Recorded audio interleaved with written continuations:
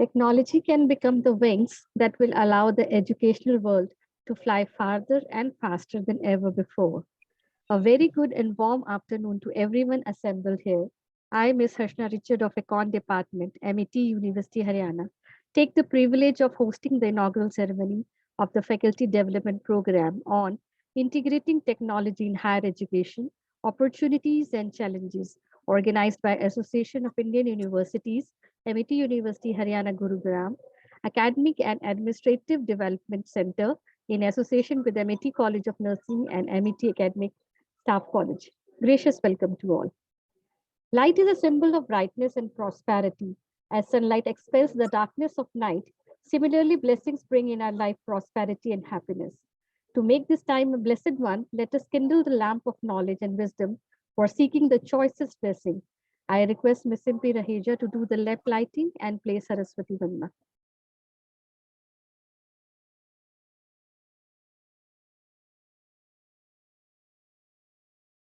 कुरुत्वं कल्याणम् आरोग्यं धनसम्पदः शुभं कुरुत्वं कल्याणम् आरोग्यं धनसम्पदः शत्रुबुद्धिविनाशाय दीपज्योतिर्नमोऽस्तुते दीपज्योतिर्नमोऽस्तुते शुभं कुरुत्वं कल्याणम् आरोग्यं धनसम्पदः शुभं कुरुत्वं कल्याणम् आरोग्यं धनसम्पदः.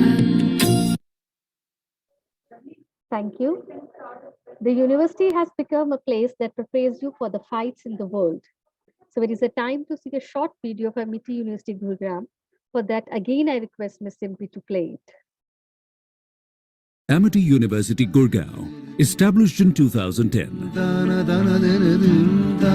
In a few years' time, it has surged ahead to be adjudged the top private university in Haryana by India Today, as well as CMAI. Spread across 110 acres, it has won numerous awards like the Best Private University of the Year 2015 by SHM.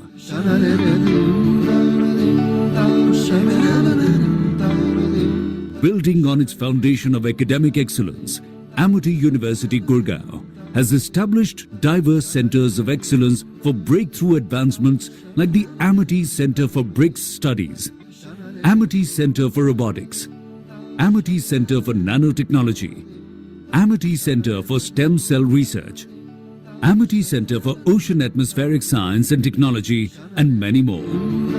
Constantly striving for excellence in all aspects, Amity University Gurgaon has entered into a collaborative program with Indian Institute of Tropical Meteorology, IITM Pune, established under the aegis of Safar Mapan for measuring and monitoring air quality.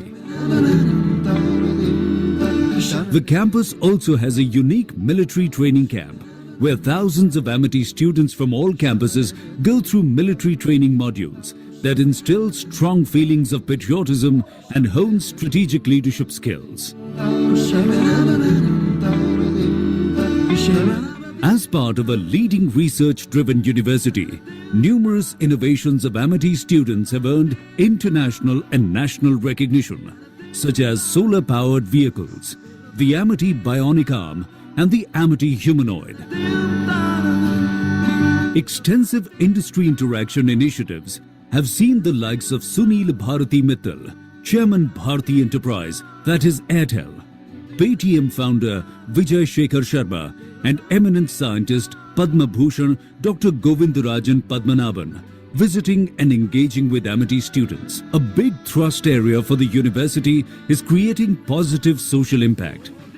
As part of the Amity mission to eradicate preventive blindness, Amity eye camps have provided free treatment and cataract surgery to over 12,000 Haryana villages. The 3-year-old annual Amity Gurgaon Marathon, which has seen participation from over 30,000 runners, besides making people health conscious, highlights various social issues. The Amity student community also actively participates in social initiatives like Udan to educate underprivileged children. Students are also driving cancer awareness camps. Swachhata Abhiyan inspired Clean the City drives, regular blood donation camps. Amity University Gurgaon is India's only university and Asia's second to be awarded the LEED USA Platinum certification, the highest standard worldwide for environmentally responsible design, construction and operations of existing buildings. Amity also offers you a basket of career-focused disciplines in all streams of interest to Class 12 students like you. Let's take a glance.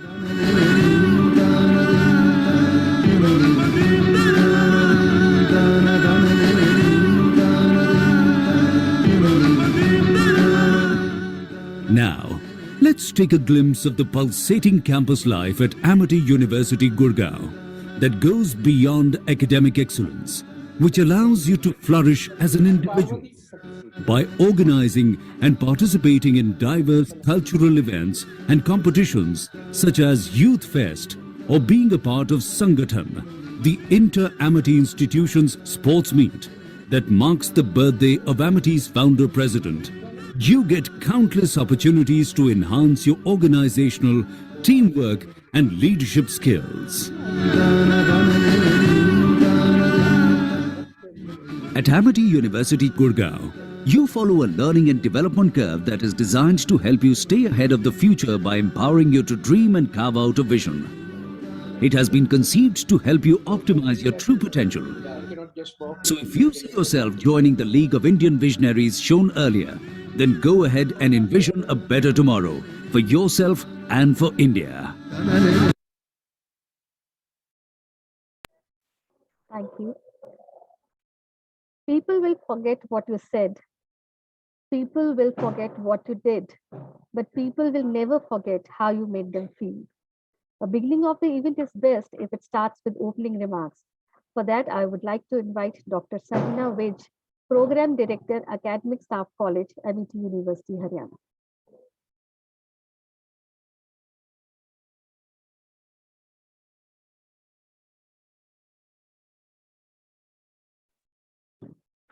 Ma'am, you are on mute. Ma'am, you are muted. Dr. Sanjana, madam, you are muted. Can you hear me now? Yeah, no, Okay. you are audible. Good afternoon to each one of you and a very warm welcome to all of you for this 5 days faculty development program on integrating technology in higher education, opportunities and challenges.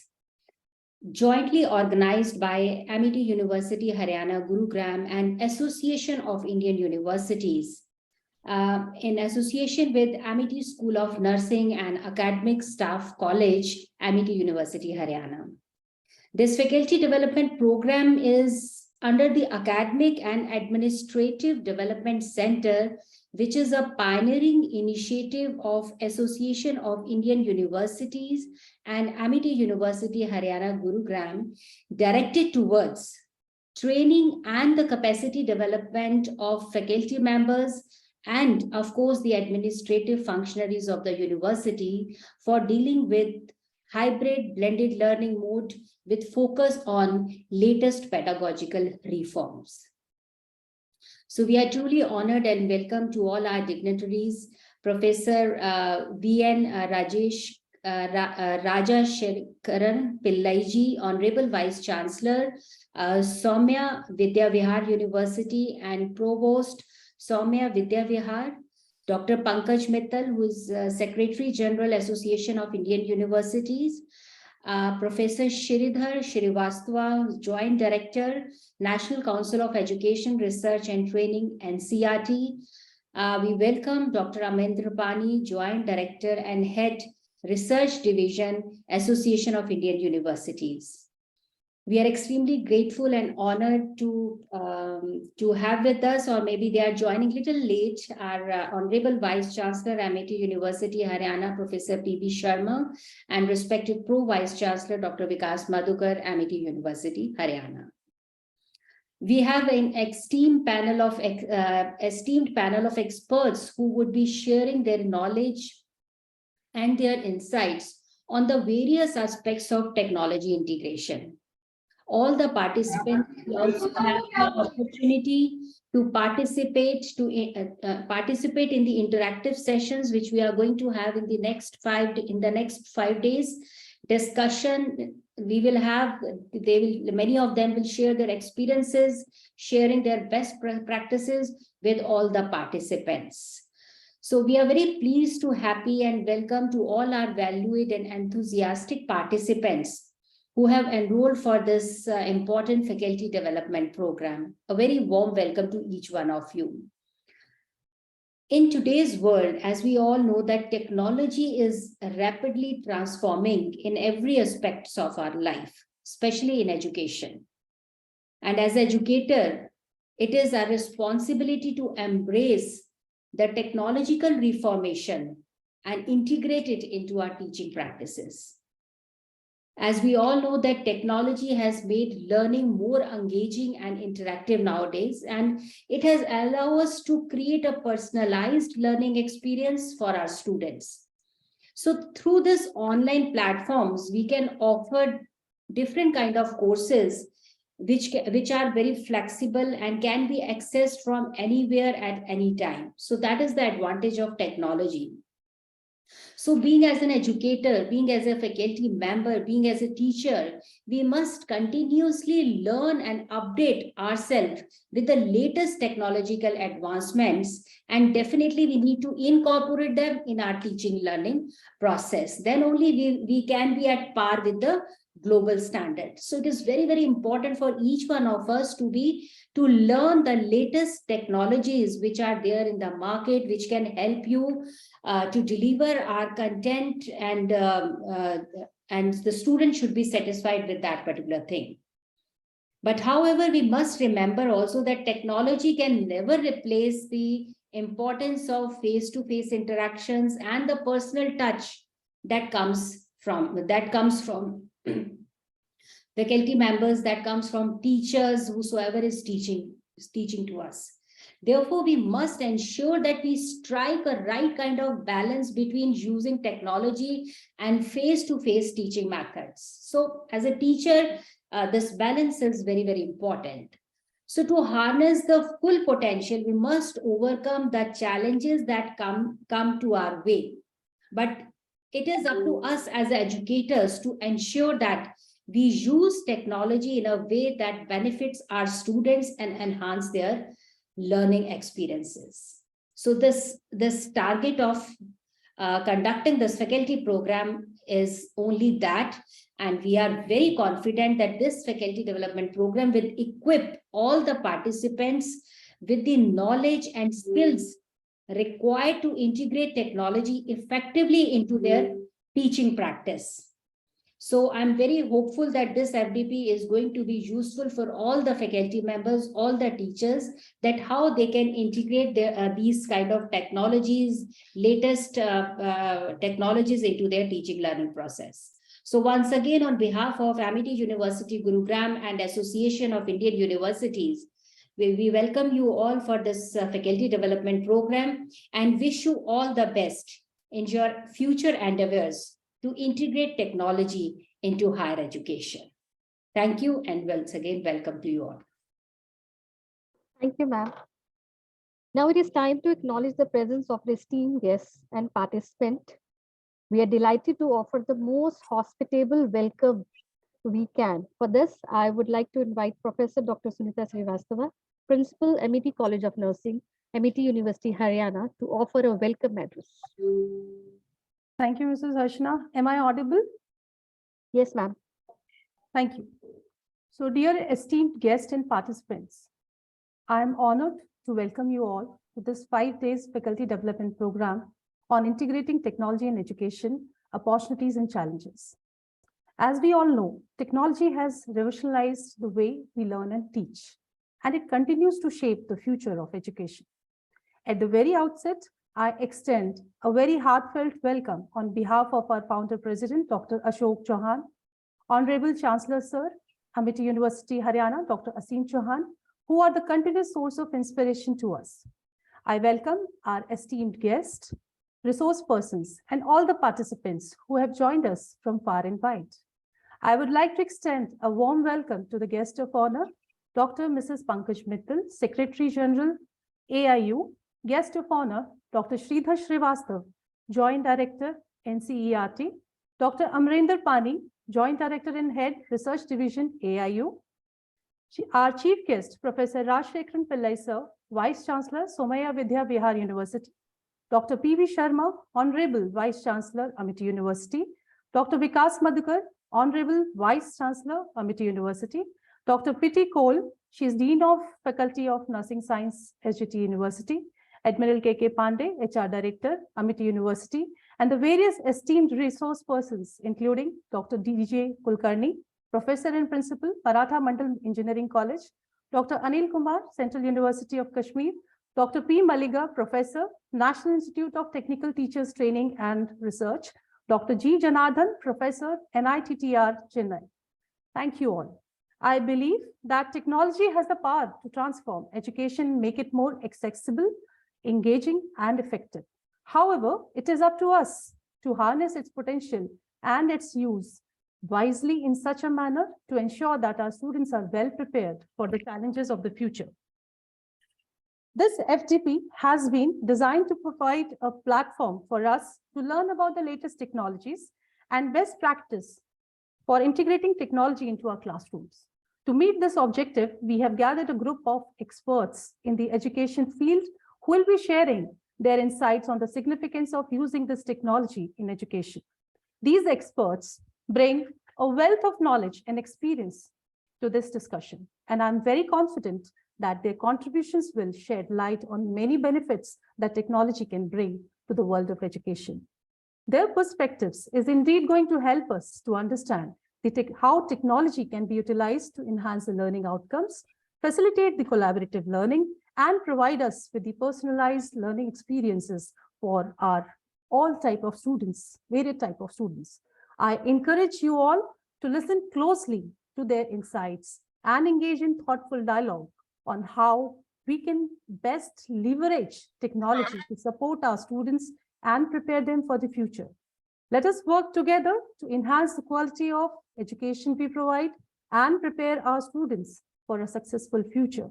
Thank you for being a part of this FTP, and I really look forward to an exciting and providing learning experience. Thank you all. Thank you, ma'am. Research is creating new knowledge. We appreciate the presence of Dr. Amrinder Pani, Joint Director and Head Research Division, AIU. Dr. Amrinder Pani is a higher education policy research. Dr. Amrinder Pani is a higher education policy research expert with more than 25 years of experience. A research methodologist, Dr. Pani has worked in some of the apex level research and capacity building organizations like NCERT, Association of Indian Universities, and in some of the premier and reputed universities like Punjab University, Chandigarh, Indira Gandhi National Open University, New Delhi, Hemvati Nandan Bhaguna Garhwal Central University, Uttarakhand, in various academic as well as administrative positions. Over his 2 decades stint with AIU, Dr. Pani has served AIU in various important positions like Head of the Meeting Division of AIU, which convenes the meetings of Vice Chancellors at zonal and national level, Head Equivalence Division, Chief Information Officer under RTI Act 2005, Editor University News, a journal of higher education published by AIU. Dr. Pani has more than 10 edited books and a number of research publications to his credit. Dr. Pani has a distinct credit of drafting and designing the national guidelines for Anveshan, national research conventions organized by AIU on annual basis. He also represented Indian universities in the Erasmus program and the Symposium of Senior Executives organized by European Commission at Kuala Lumpur in November 2018. Presently, Dr. Pani is Joint Director and Director in Charge, Research Division, Association of Indian Universities. I request Dr. Amrinder Pani to come and address the gathering on this development program. Thanks, many thanks, Madam Harsana. In fact, I can acknowledge in absence Professor P.V. Sharma sir, Honorable Vice Chancellor of MIT University, Madam Dr. Pankaj Mittal, esteemed Secretary General AIU is in present. She has logged in. I could see.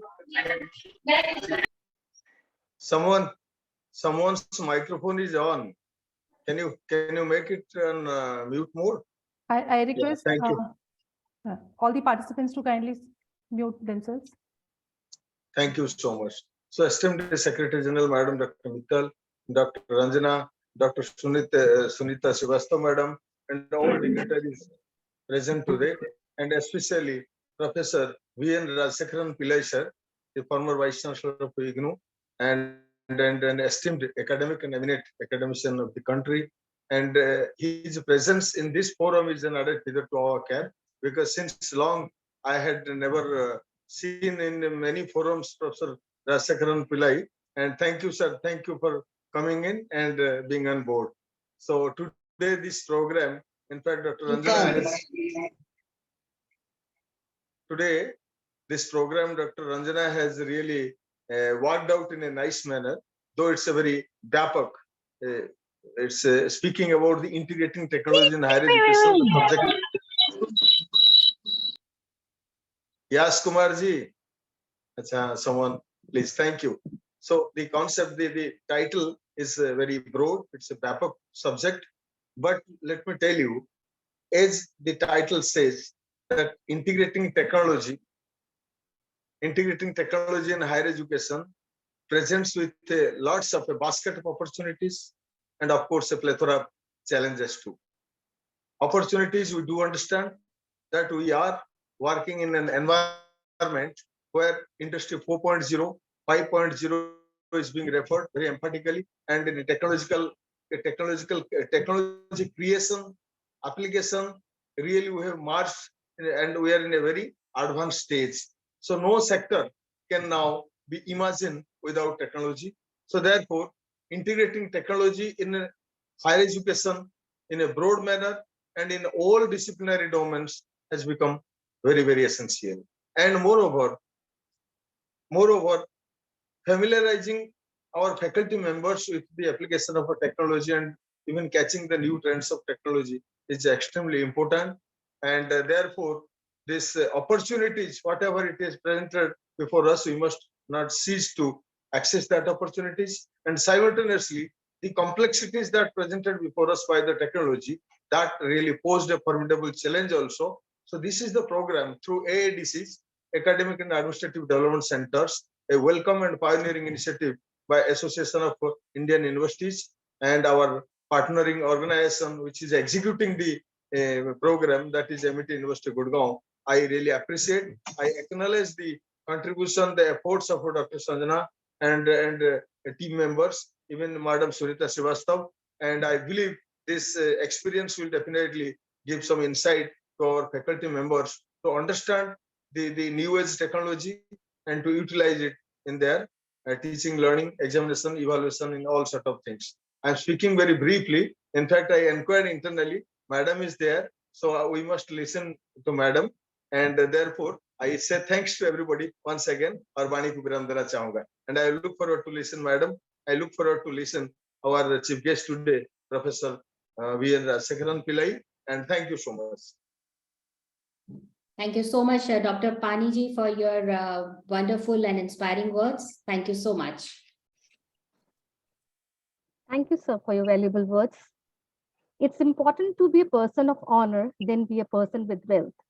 Let me take this opportunity to introduce our esteemed guest of honor, Dr. Mrs. Pankaj Mittal, Secretary General, Association of Indian Universities. Dr. Mrs. Pankaj Mittal, Secretary General of Association of Indian Universities, is the second Women Secretary General of the association in its 95 years of existence. Prior to joining AIU, she has been serving the higher education sector, especially university education, for over 3 decades at the apex regulator of higher education, the University Grants Commission of India. She is the National Commissioner for Rangers of Bharat Scouts and Guides. She is also the member of General Assembly of the Indian Council for Cultural Relations, New Delhi. Dr. Mrs. Pankaj Mittal is a Fulbright scholar and has been a topper in MSc and PhD in Agriculture Statistics from IARI, New Delhi. She has a wide-ranging experience over 3 decades in higher education, in policy planning, and management of higher education. Dr. Mittal earlier served as the first regular Vice Chancellor of Bhagat Phool Singh Mahila Vishwavidyalaya Kanpur, the first rural women university of North India in 2008. Archana, I think it is enough. We can go ahead. Ma'am, but we should little bit of highlights of your things. Dr. Mittal introduced a series of innovative practices and reforms as the Vice Chancellor of the only rural residential multi-faculty women state university of the country, imparting education to 7,000 girls from KG till PhD level in a holistic manner. Dr. Mittal is also the recipient of many awards and honors. Fulbright Nehru Scholarship Grant for Educational Administrators, President of India Award in 2017 for Digital Initiatives in Higher Education, Honorary Doctorate D Literature Honoris Causa from Karnataka State Women's University, Bijapur, Karnataka, first Padam Shri Subhashini Devi Award 2018 from the Chief Minister of Haryana, Quimper Cole Standard Award for Leadership in Education for the year 2018. Dr. Mittal served as a member of various high-powered committees and professional bodies. She has published a number of papers, articles, occasional papers and reports on issues relating to higher education and women empowerment in national and international journals. I request Dr. Mrs. Bhagwan Mittal to address the gathering on this educative program. Okay, thank you, Harshna. Thank you for a very, very generous and very, very long introduction. Thank you to you, and thanks to Warm welcome to Dr. Pankaj. Ma'am, can I get your permission to seek apology to Professor Sridhar Srivastav, his esteemed academician and joint director of NCERT? I missed in acknowledging in my talk, my speech. So I seek sincere apology to you, sir. No, it's all right. Thank you so much, ma'am, please. Okay. And thank you, ma'am, for accepting our invite. And we are always very happy to listen you. You are a great teacher. You are a great human being. You are a source of inspiration for many of us as a teachers. Thank you, Dr. Sanjana. Thank you very much to you for hosting this particular program, and to MET University Haryana for establishing AADC on behalf of AIU.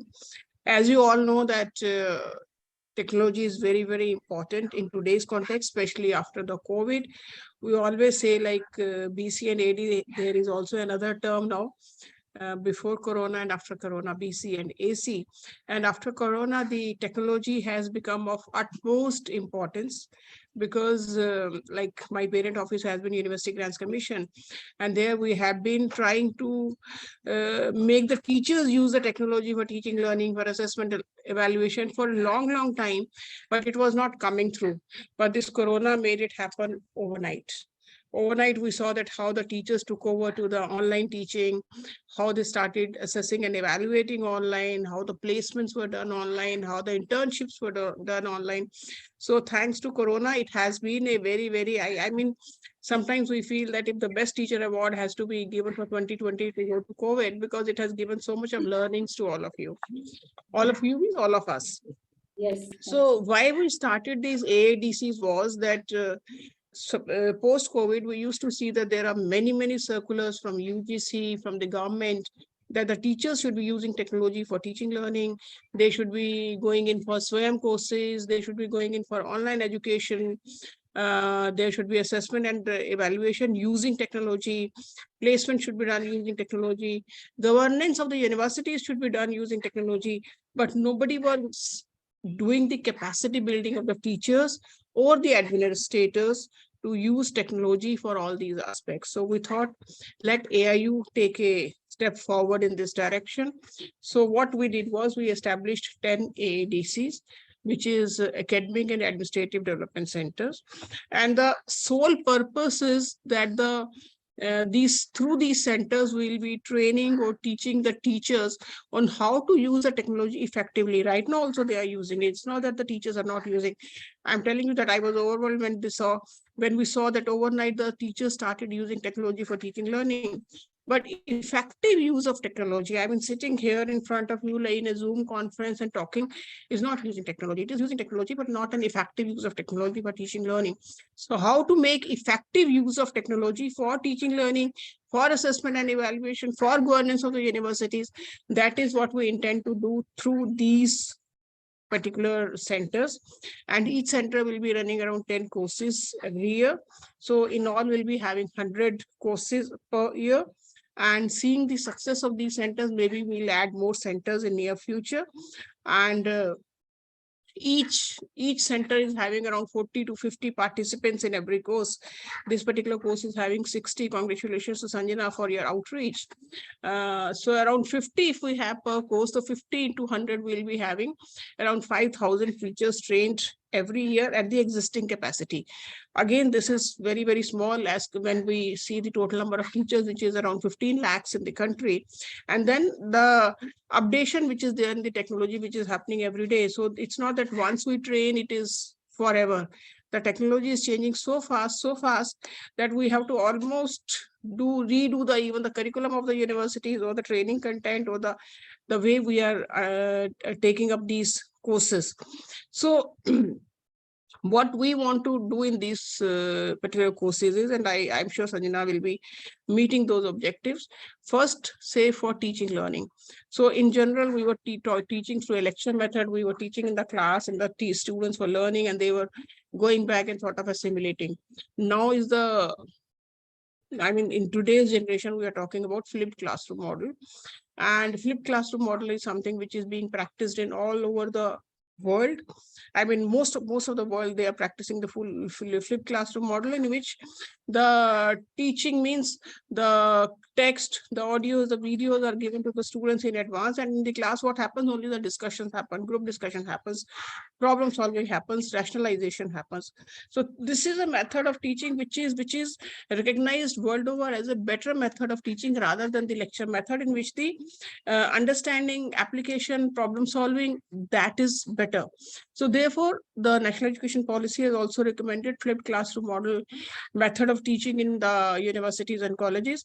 But again, for adopting flipped classroom method, the teachers have to be trained for use of technology, because one is using technology for teaching learning, one is also using technology for producing good open education resources, producing good e-content. I do remember that when we were doing the SWAYAM courses, I was handling this EPG Pathshala in UGC, in which we used to make open education resources in 4 quadrants, which later transformed to SWAYAM, which was a complete MOOCs course. And I myself used to see the best teachers fumbling in front of the camera. They used to confess that it is very easy to teach a class, but how to teach a camera, because there's no response from the other side. We have to, even if a student is not speaking, his body language is telling that, yes, I am understanding. So the teachers are used to teaching in the class, but teaching a camera was difficult. So we had to arrange special courses for the teachers to train them on how to teach a camera, means how to prepare an open education resource. So through these courses, what we intend is that the best softwares which are available for teaching learning, including, for example, there is a polling in many of the softwares. So if the teacher in between the class is wanting to ask a question and there are 4 options, they can straight away give the poll in the laptop itself, and down comes the answers in 1 second. So how to use those type of options, how to prepare effective presentation, how to use flipped classroom model, or how to make an open education resource, or how to develop a SWAYAM course. SWAYAM is a MOOCs course, how to develop a MOOCs course, how to have your own library of open education resources, how to curate the existing open education resources which are available, which are relevant to your particular programs, and sharing it with the students. So many things are involved in this teaching learning and for the use of technologies. And we intend that all the teachers should be knowing that how to use all these techniques, how to identify these resources. Nowadays, you know about ChatGPT, which is gaining a lot of prominence everywhere, and people are saying that it will be replacing teachers. It can never replace teachers, but this can replace teachers who do not use technology or who do not know technology. So technology is something which each and every teacher would be required to know. Without that, it will be very, very difficult to be working in future, because the world is changing very fast. Similarly, assessment and evaluation. Right now, we use the method which is a 3-hour examination at the end of the semester. And during COVID, we saw that how difficult it was to hold a 3-hour examination. And then the national education policy again says that this is not the best way of assessing and evaluating a student. It has to be done continuous assessment and evaluation throughout the year, throughout the semester, and not through one way, but through multiple ways. It could be activities, it could be projects, it could be quizzes, face-to-face interviews, group discussions, so many ways. So all that will also use technology to how to do the assessment and evaluation using technology in a better manner. Again, that is to be learned by the teachers, and that is what we are wanting to sort of train the teachers. Similarly, the administrators, whether it is administration, finance, examinations, all these aspects, they have to be computerized. Technology has to be used. So how to use it, how to make your working more efficient using technology. So Sanjana, you are right now doing programs for the teachers, also do a program for administrators, for say assistant registrars, deputy registrars on how to use technology for administration. Similarly, a program for controllers of examinations, how to use technology in the assessment and evaluation, or especially for the work which the controller of examination is doing. And similarly for the finances also, that how to use the technology for improving the financial health of the university. So all these type of courses we are doing just to have better faculty members and better administrators who are well equipped with the use of technology in the work they are doing in the universities for the sort of deliverance. I mean, the delivery should be more efficient to increase the efficacy of the delivery of the programs, or the delivery of these administrative. I mean, the vice chancellor should be able to take an informed decision, and they can only take the informed decision only once the information is there in front of them, reports are there in front of them. Again, technology is something which will be used in all these aspects. So all the best to ABT University for holding these programs, and thanks for holding these programs on behalf of AIU. And we are sure that the participants who are joining these programs, they'll be learning a great deal. And in case you have any say feedback, you can give it to MET, of course, but you can also share the feedback with AIU on what was your experience in these courses, and how I mean, what are your suggestions for improving these courses, not only in MET, but any other university. Do you have anything which you think that we can be doing much better for the teachers? I mean, not only these training programs, we are there for all the teachers, we are there for the vice chancellors. So if you want AIU to do something for the higher education sector in general, please let us know and we'll try to take it forward. So thank you very much. Thanks, Sanjana, for inviting me. And thanks to Professor Pillai for becoming a part of this program. And thanks to Professor Shrivastava for being a part of this program. Thanks, sir. Thank you. Thank you. Thank you so much, Dr. Mittal, for your fruitful address. It was really a practical thing which you have just shared with all of us. And the best part, which I like, that you, on a humor mode, that the best teacher award should be given to the COVID this time, as it has teaches us a lot. And you have talked about many practical other components, that technology is upgrading so fast that we as a teachers really need to learn all these technologies, so that we should be at par with the global standards, like flipped classroom methods, producing content e-knowledge. Ma'am, we have 2 programs in our pipeline, which soon we are going to conduct. One is on SWEM MOOCs, how to develop the course content. And the second one is, as you suggested, for the administrative staff. So we are coming up with these 2 programs very soon, wherein I would like to inform you very soon and would like to invite you. So you have also highlighted that new education policy is also emphasizing on the evaluation part, as how technology is helpful for evaluation as an activity base. So lots of inputs you have given today during your address. Thank you so much, ma'am, for being with us today. Being so busy in your other duties, you still devote time to be here. So we are really thankful. Thanks a lot, ma'am. Thank you. Thank you, Sanjay. Thank you. Thank you, ma'am, for your influential message. Kings may be judges of the earth, but wise men are the judges of kings. So it's time to concede the presence of our Honorable Pro Vice Chancellor, Sir, Dr. Vikas Madhukar, MET University, Haryana.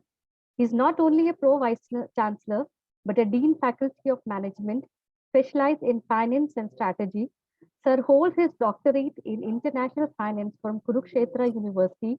He also heads the MIT Innovation Incubation, which is supported by Ministry of Electronics and Information Technology, and leads startup initiatives at the university.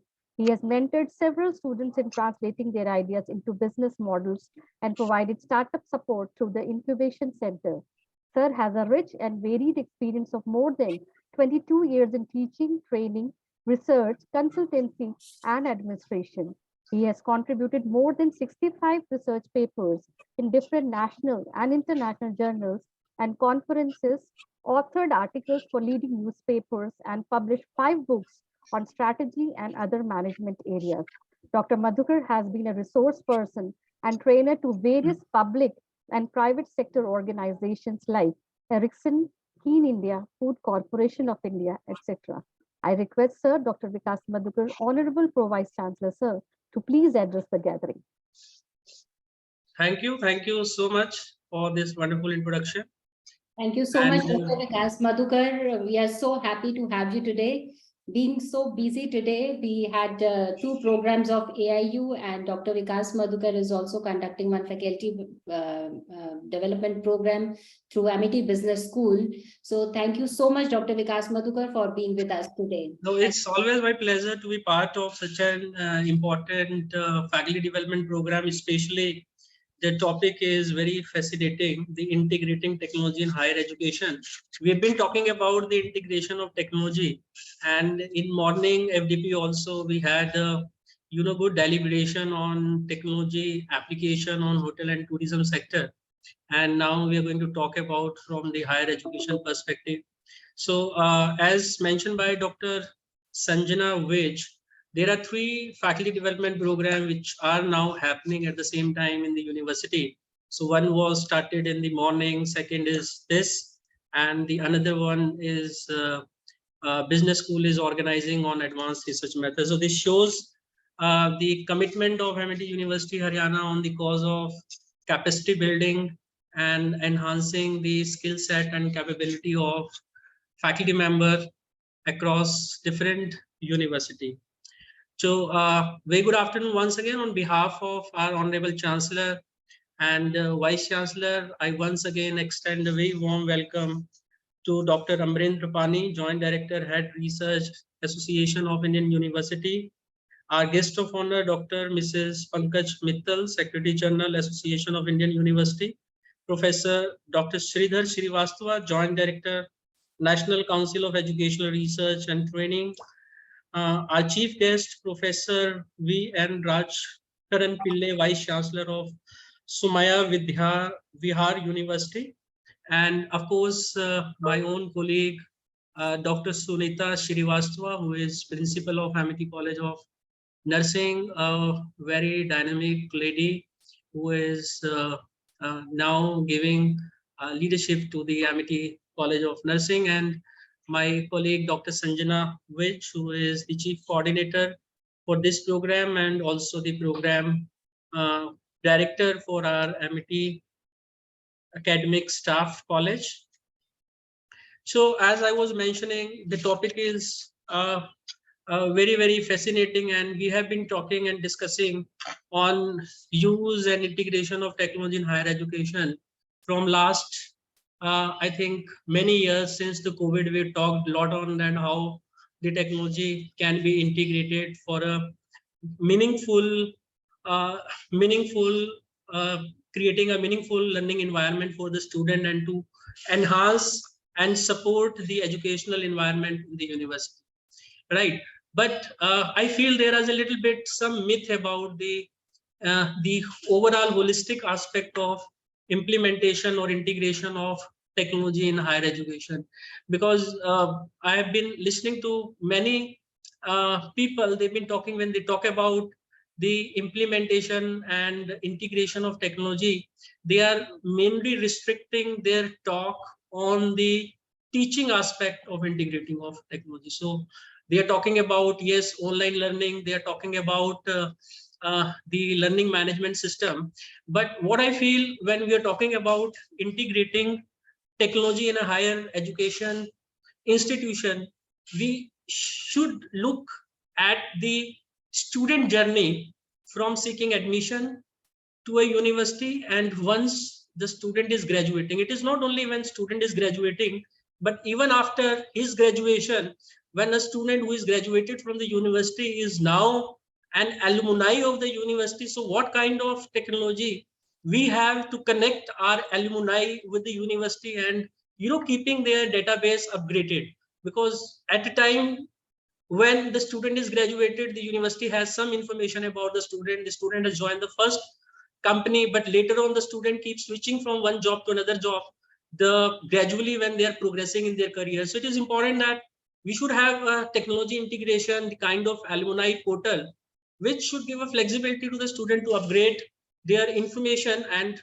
the university can upgrade and update its data. So similarly, when I'm talking about the one end of student journey, where I'm talking about once the student is seeking the admissions, of course, a prospective student who is approaching to the university, do we have sufficient processes to connect with the student and to satisfy the various query which a student is asking while the student is making an application, and what is our admission process, whether it is digital admission process, it is paperless admission process, and how efficiently we are able to assess the student while the student is seeking admission and completing all admission formality of the student, including the submission of document. And once a student is in and enrolled in the university, so I look at the two aspects. One is a complete academic administration of the university, so how well the university is integrated and adopted the technology in terms of executing all its academic processes with the help of technology, and how the university has integrated the administrative process, how the university is implementing its administrative process with the help of technology. So one, we are talking about the implementation of technology in teaching learning, right? The second, we are also concerned with the support services, the administrative support services, the academically support services, how the technology is integrating. So besides this, so see, the one question which straightforward come here, that when we are talking about the implementation or integration of technology in higher education, we need to decide the degree of implementation, because the universities, those they are newer and they have not yet implemented technology, they need to make a plan of their technology integration in phase manner. So what they would like to have in phase 1, what they would like to have in phase 2, and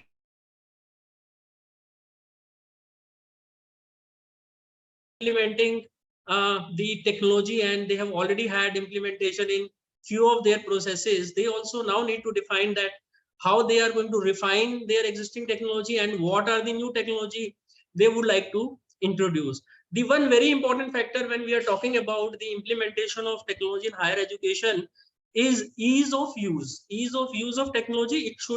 The technology should be very, very friendly for our faculty member, for our student, and second, the availability of this technology, and the third one I believe is the cost of application, which is again very important. So I think these three aspects also need to be looked into once we are talking about what phases we are into. And when we are talking about the recent advancement in technology, then of course there are many advancements what we have seen in last 3 years in terms of new technology tool and new technology application in the higher education. So earlier, before COVID, we were talking about the LMS only. So there is a one LMS platform which was giving good flexibility and good features to faculty as well as student, and helping as a support system and supplementing the teaching learning for a faculty and student. But now when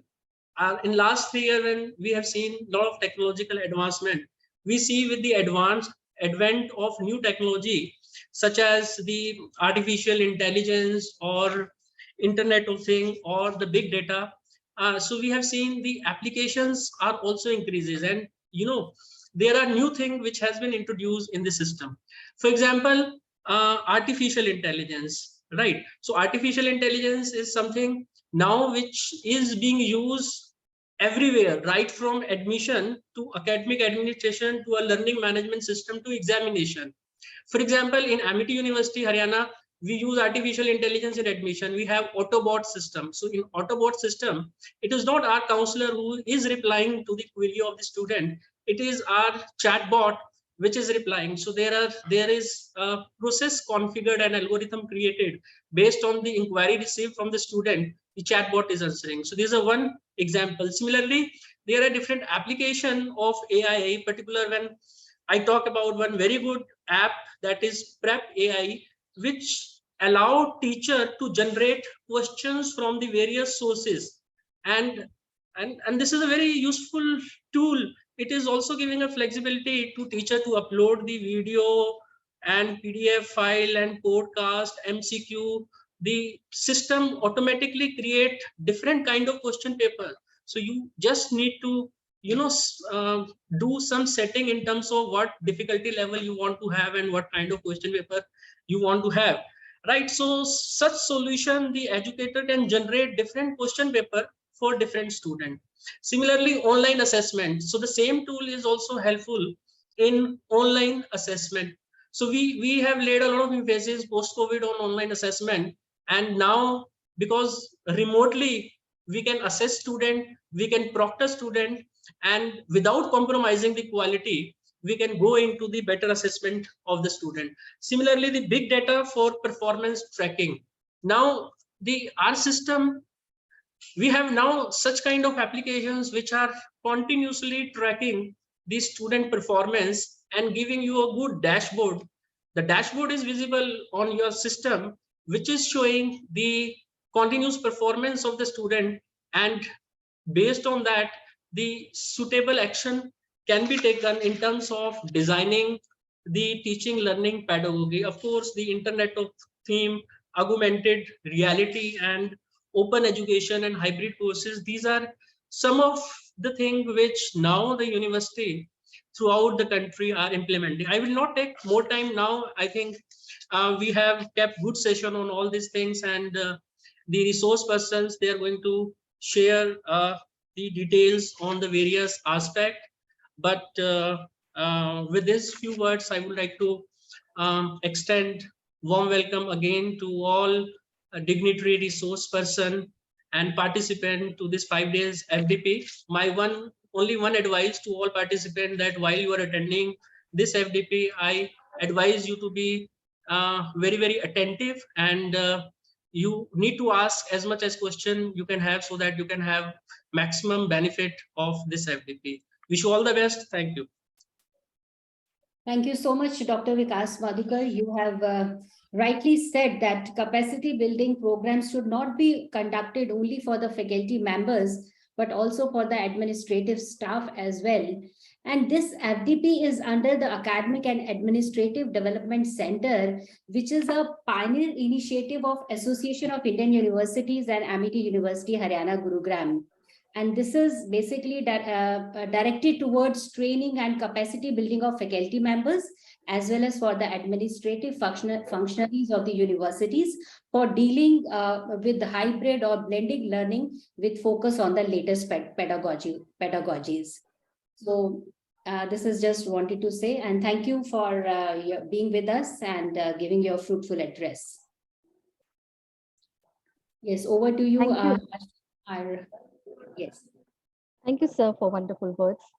A leader should be visionary and have more foresight than an employee.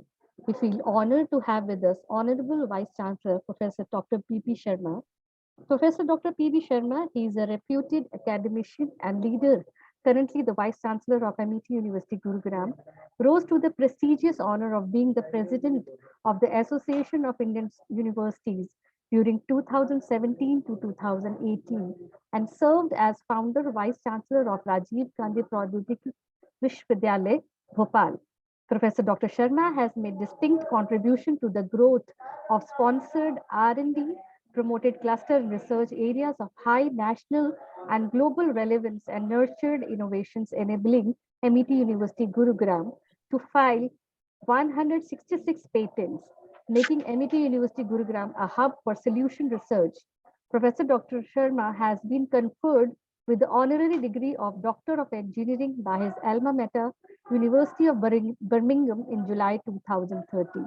Professor Dr. P.B. Sharma is a man of vision, an institution builder, a breakthrough leader with speed leadership qualities, and is known for his persistent pursuit of relevance-driven excellence and for promotion of world quality education, research, innovations, and entrepreneurship. With this, I would request Professor Dr. P.B. Sharma, Honorable Vice Chancellor, to please give some word of insight on this event to the gathering.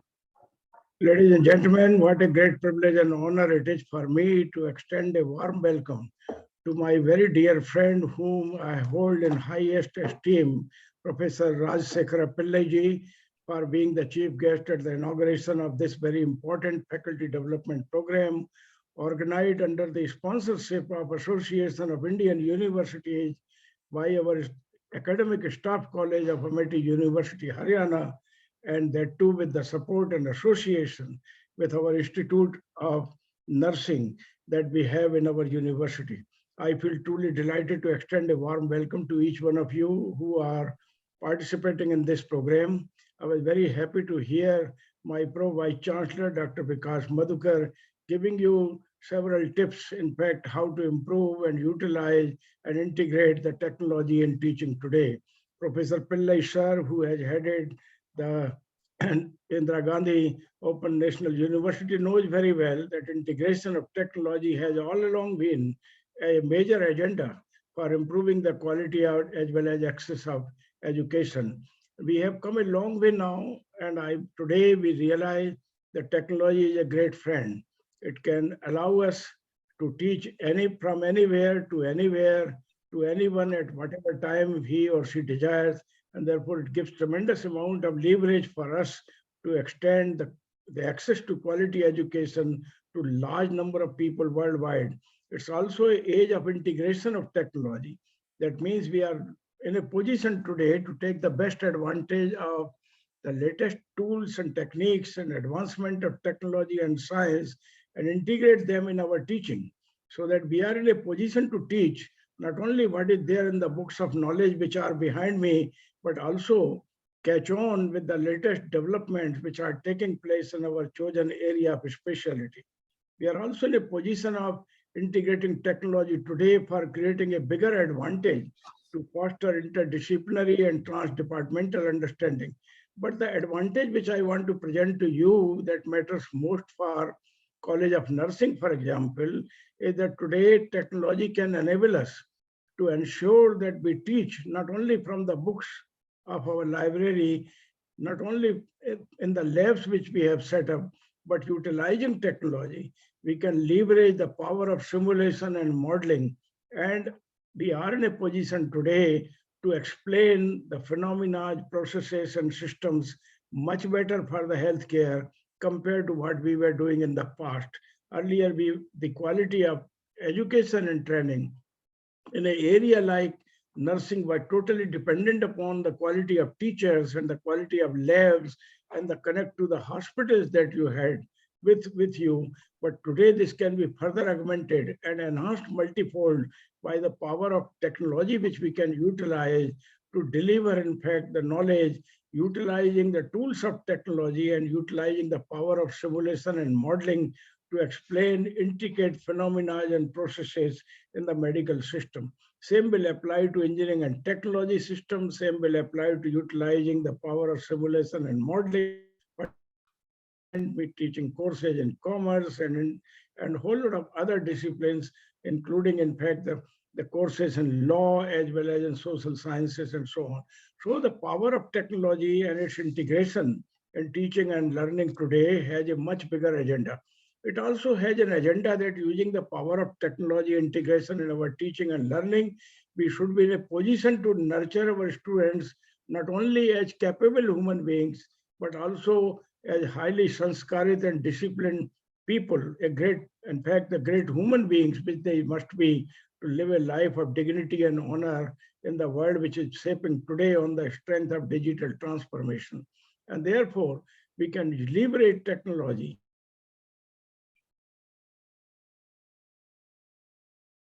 sector alongside with high quality of education and research that we can foster in our university. In Amity University, Haryana, we are highly conscious of integration of technology, not only in administration, not only in delivering, in fact, the services, but also ensuring that we use technology to augment the behavior of our people also. And therefore, the quality of teaching and research alongside with preparing a society of great integrity and dignity is an agenda for education research in our university.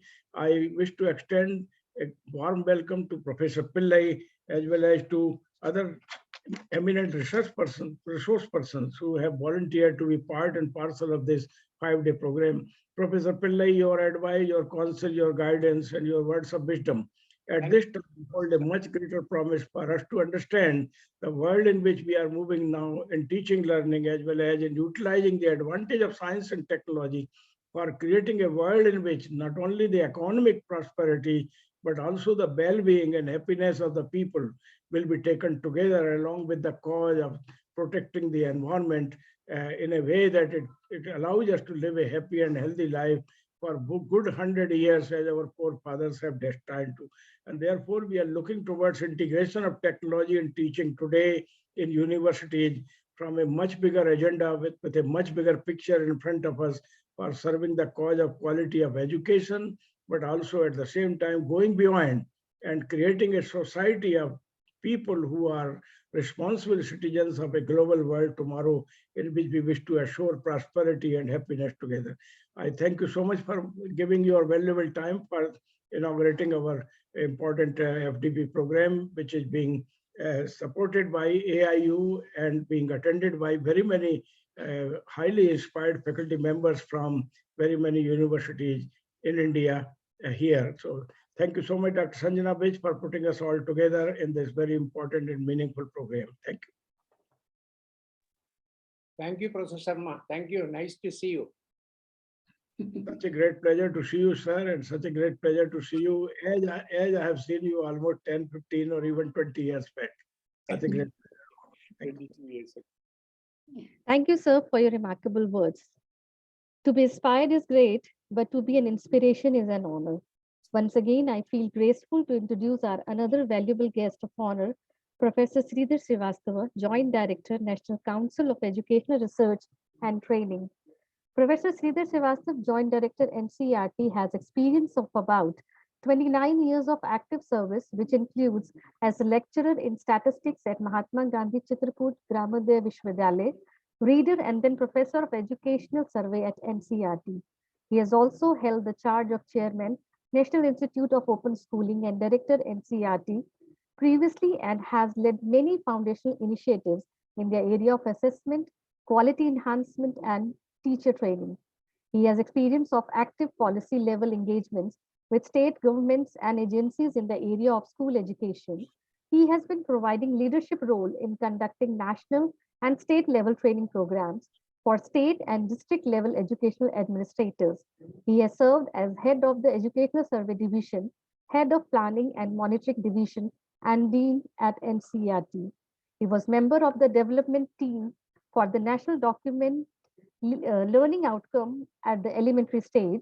He has been conducting as well as delivering resource lecturers in training programs for capacity building in statistical methods, sampling techniques, research methods, educational assessment, and data quality management, and has been planning the course outline and developing the training manual for countrywide training.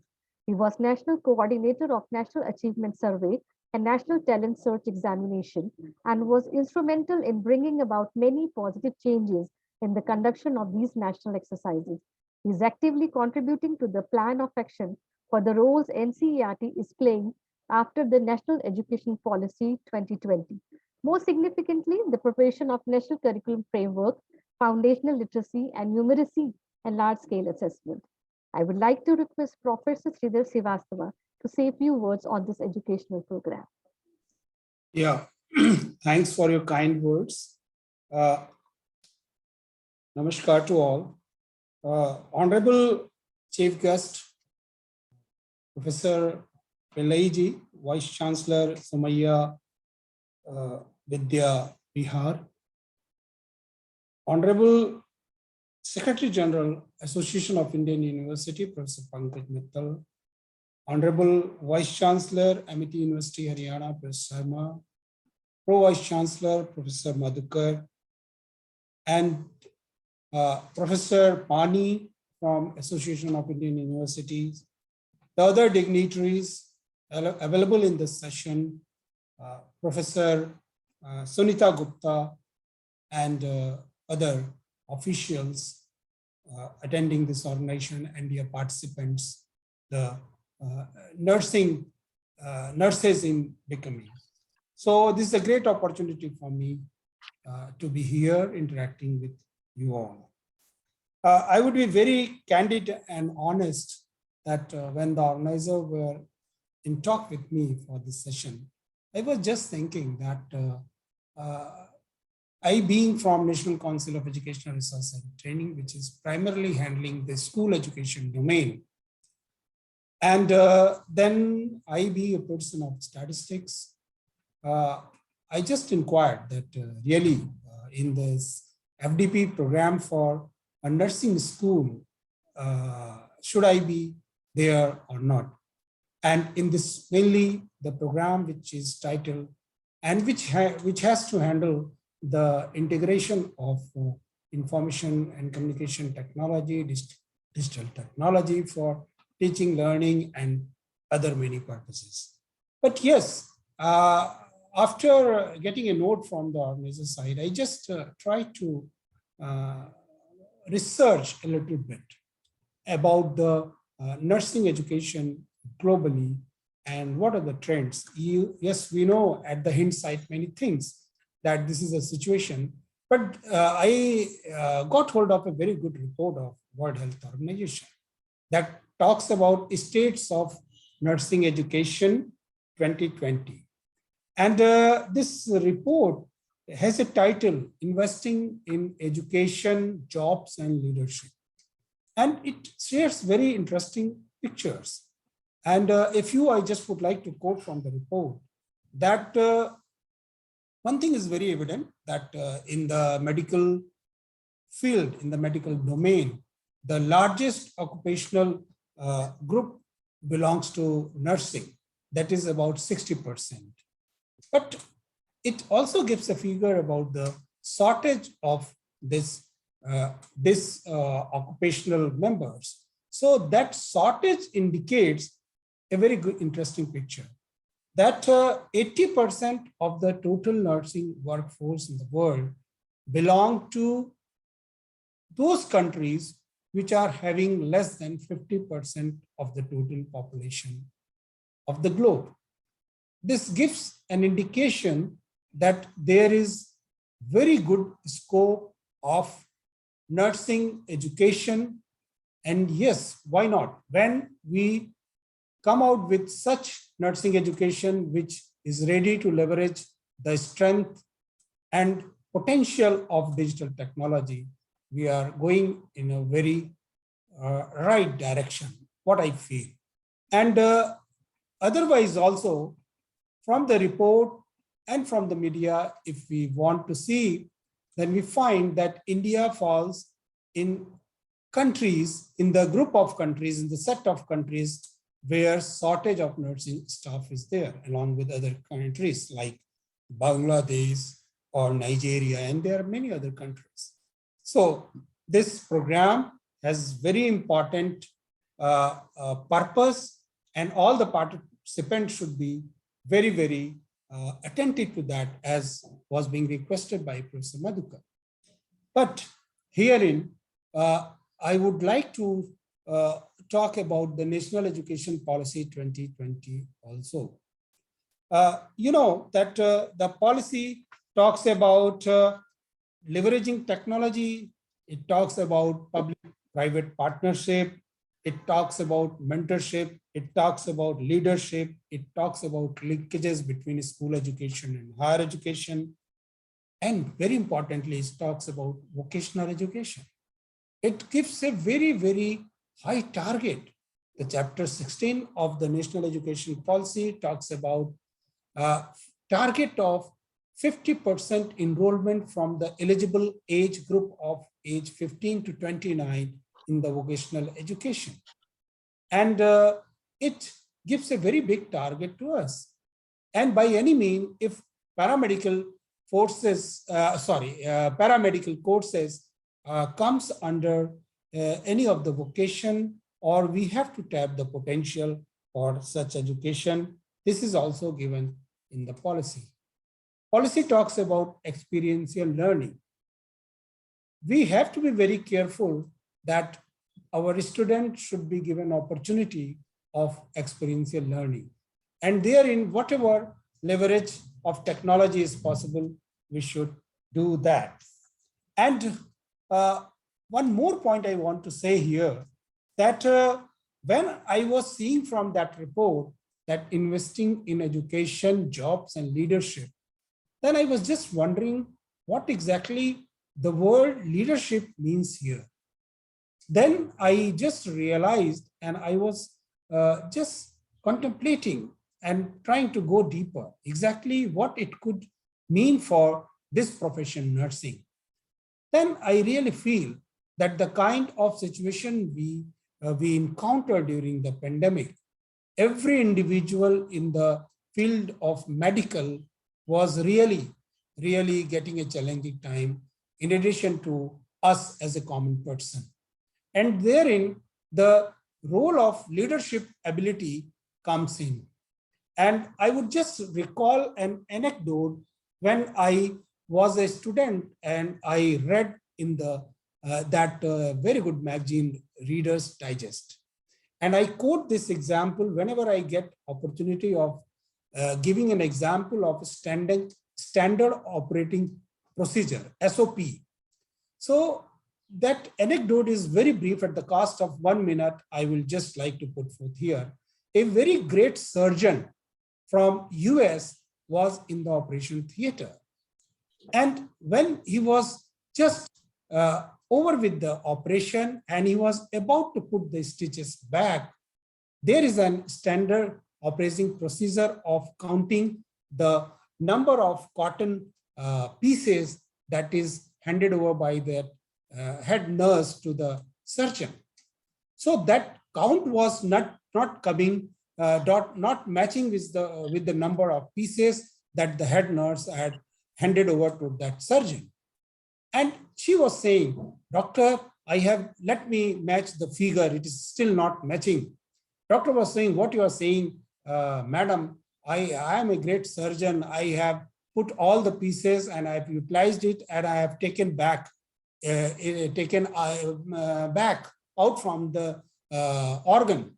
So why you are again and again saying you are not letting me put the stitch back?" That head nurse was saying, "No, sir, let me do my duty." And later on, it was found that one piece was under the foot of that surgeon. And when that surgeon went back, it was found and the number was matching. This example I some time read when I was a student in the magazine Reader's Digest. I feel that this is a very good example of leadership and feeling and courage and conviction on the learning that nurses have. So this is a very important point that we should be very, very much enthusiastic and we should be very, very much devoted to the purpose for which we are undergoing that course or program. So these are a few points. One more point I just want to touch upon and that quickly close my talk because I want to listen to Professor Pillai. I know his name and his personality from very old times. When we think of leveraging the technology, then I feel that we should try to leverage it in the academic field, but also in the administrative field. And also the technology must be used for peer learning also. That it gives us opportunity of frequent interaction. So for peer learning also, technology should be used. For assessment, it should be used. And for on-demand examination. It is also a very good area where technology can be used for assessment. Technology can be used. And one more point I want to say that when the nursing domain is being planned as regard to syllabus and all, I feel that non-communicable disease should also be somewhat brought into the fold, in the sense that the students of nursing should be given exposure of that, because nowadays we are finding that mental illness or substance abuse, these are very, very new areas where mental or bodily illness is there. So these are also important points. I just wanted to utilize this forum for bringing this point. And with these words, I am again very thankful to organizer to give me this opportunity to share a few thought of mine. And I'm very thankful again to organizer. Thank you. Thank you all. Thank you, sir.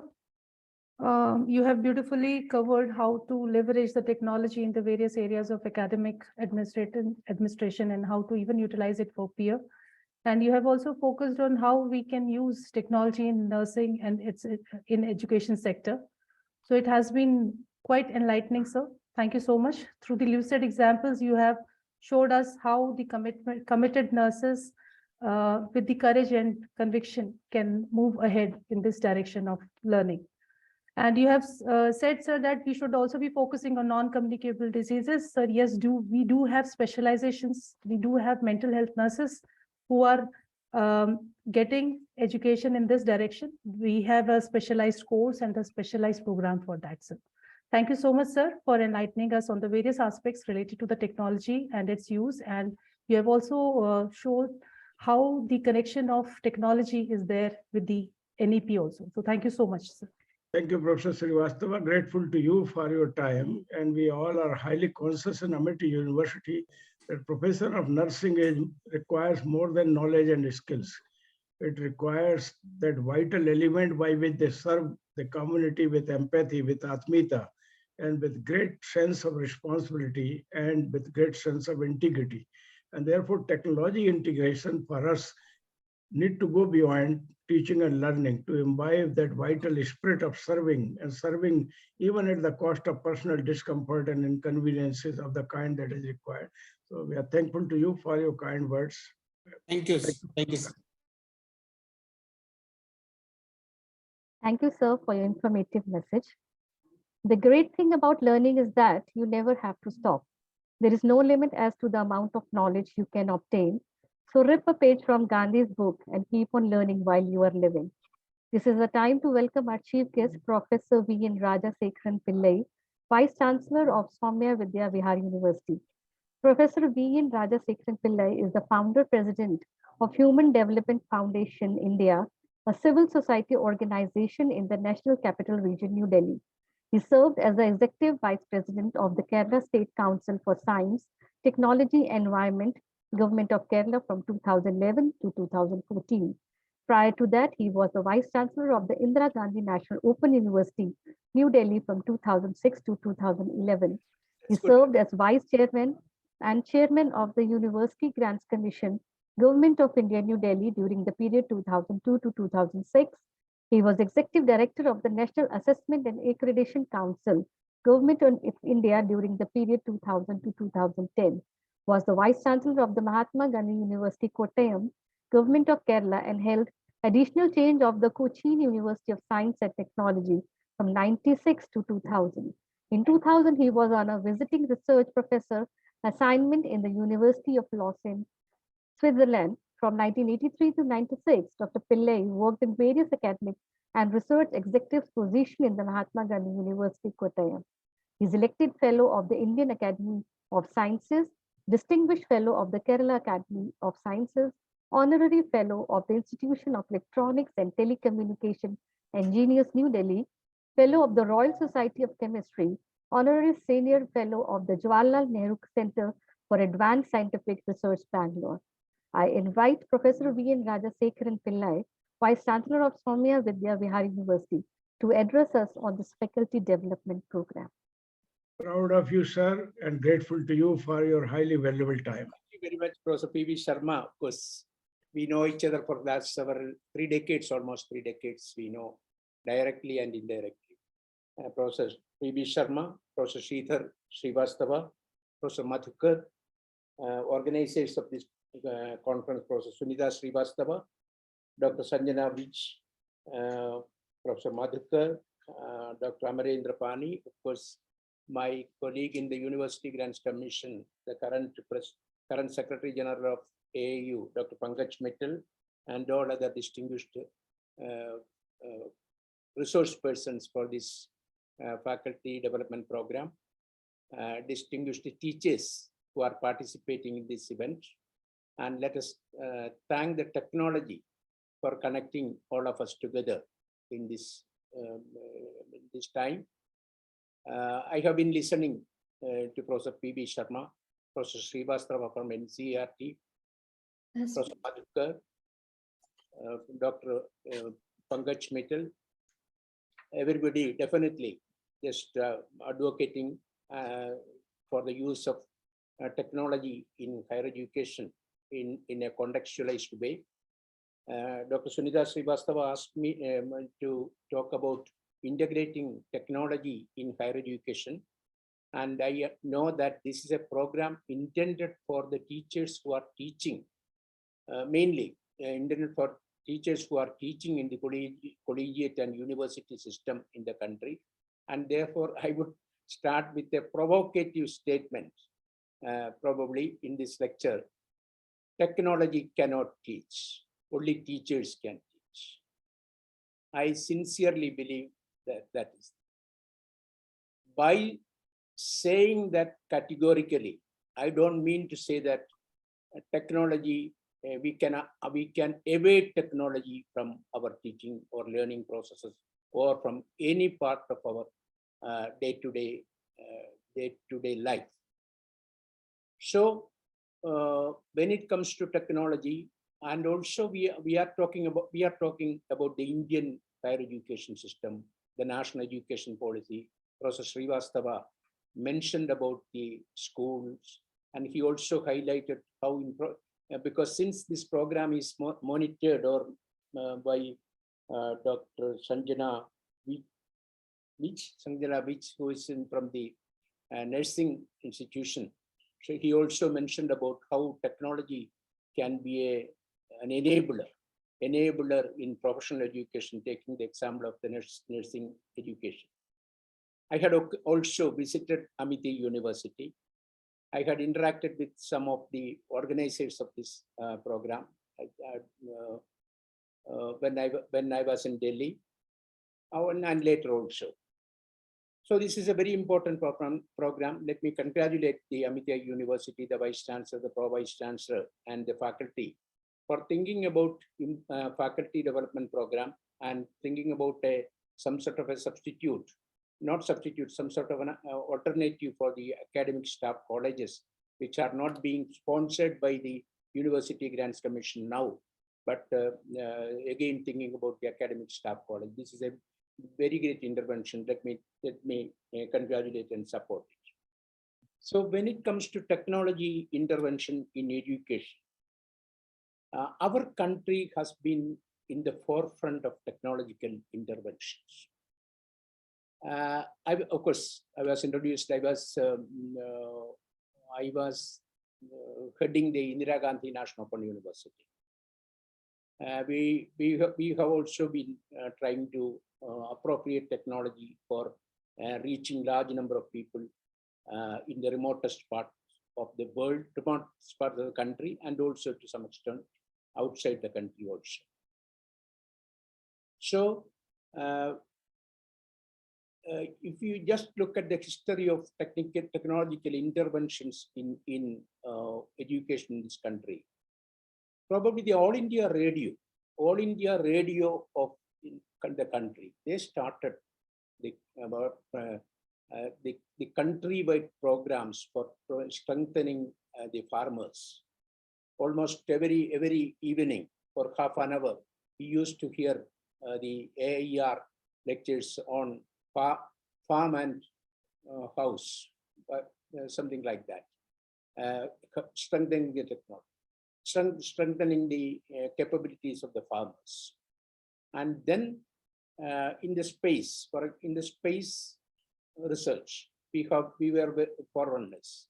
We were the first in the world to use the space technologies as the capabilities of the space research for providing satellites for education. And also it's very important to understand and appreciate our capability.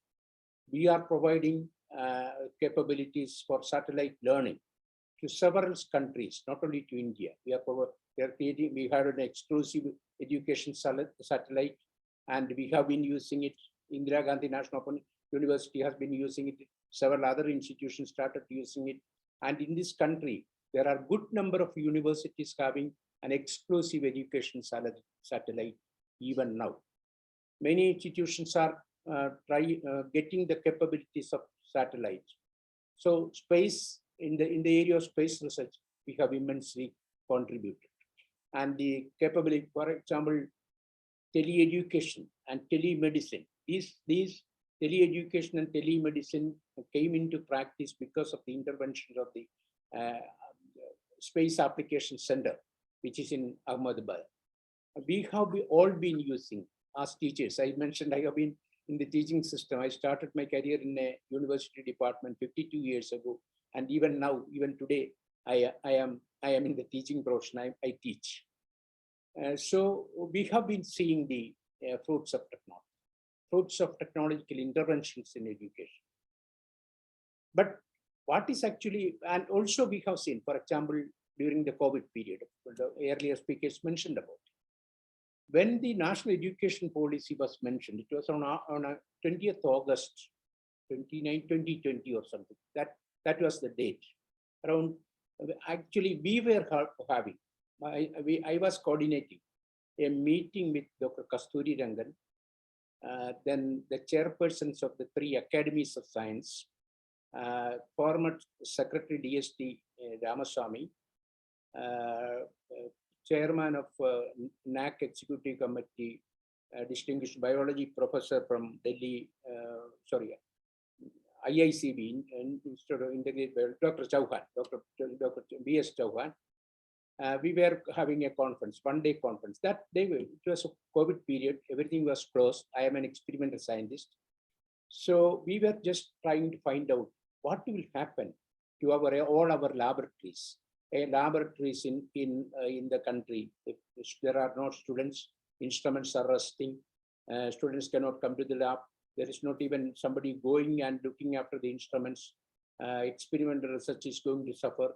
So what will happen to, what would be the fate of science, experimental science in this country during the COVID period? That was our discussion. It was a discussion meeting actually. Dr. Kasturi Rangan being the ISRO chief, and of course he was also heading the national education policy at that time. On that very day, Dr. Kasturi Rangan got a call from the Prime Minister of India that we are implementing the national education policy in this country. That in the very day, he got a call, and I remember he receiving the call from the Prime Minister in the midst of the conference. Why I am mentioning this, that so we were wondering what will happen to experimental science and all that. And then, of course, all of us know, all of you know, all the teachers, particularly in science, know that every year, Science and Nature publishes the status of scientific researches in the country in the month of March, February, March, April. Science and Nature, the premier journals in science and technology, they publish it. And of course, next year, in the next March, the report came, and that particular year, the COVID year, where the laboratories were closed, when we were not all in seeing each other because of the COVID, and that was the year of science. Maximum collaboration occurred in the whole world through technology. People from different walks of life, I mean, scientists, students, research scholars, research students interacted with premier research institutions in the world, not only in India, in the world. Researchers and scientists in less endowed institutions. They interacted with even with Nobel laureate groups.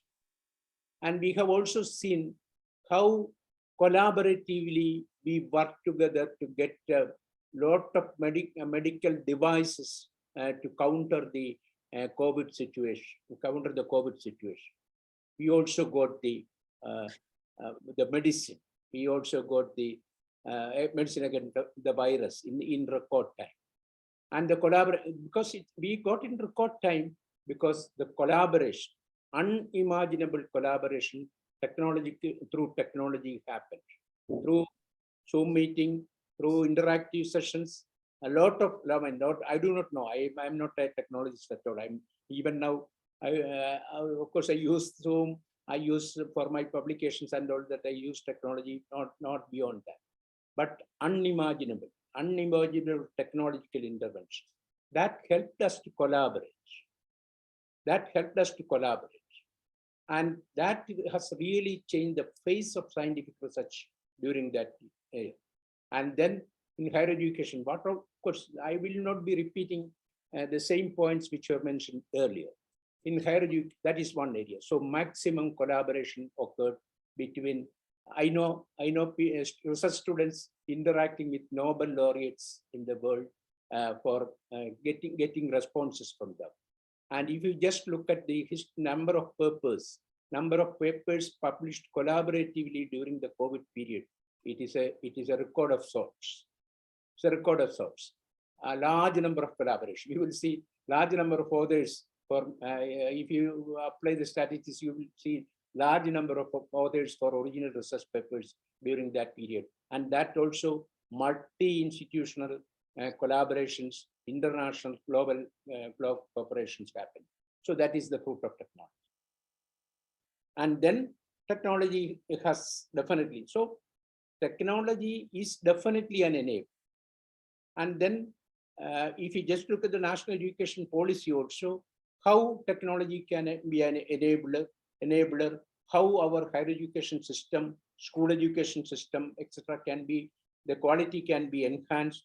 All these things are very clearly articulated. But at the same time, we as teachers should be always prepared to accept technology and contextualize technology in the right perspective to teach the students. For example, I am also, I go to the classroom, I am also aware of the limitations, it is not limitations of technology, probably it is the limitations of technology availability. I come from a state, of course, from Kerala, relatively well connected. Even the villages are connected with technology. But even during the COVID period, I could see there are some sort of a technology deprivation to several types of several societies here and there. And it was because during the COVID period, whatever positive came, we just took it like that. But of course, there were lot of what is it? I will not say negative things, a lot of untoward things because of the lack of technology, because people are deprived of technology, that also happens. And then when it comes to technology in professional education, I will not be concentrating because my topic is technology, integration of technology into higher education. So I start. So the first and foremost, what I would recommend for technology, for effective implementation, integration of technology into higher education is that empowerment of the teachers. Empowerment of the teachers. Because unless and until they are empowered with technology, I think nothing will happen in education system. Teacher is the backbone of the higher education system. Whatever is happening in a university, in a college, in a school, it is because of a teacher.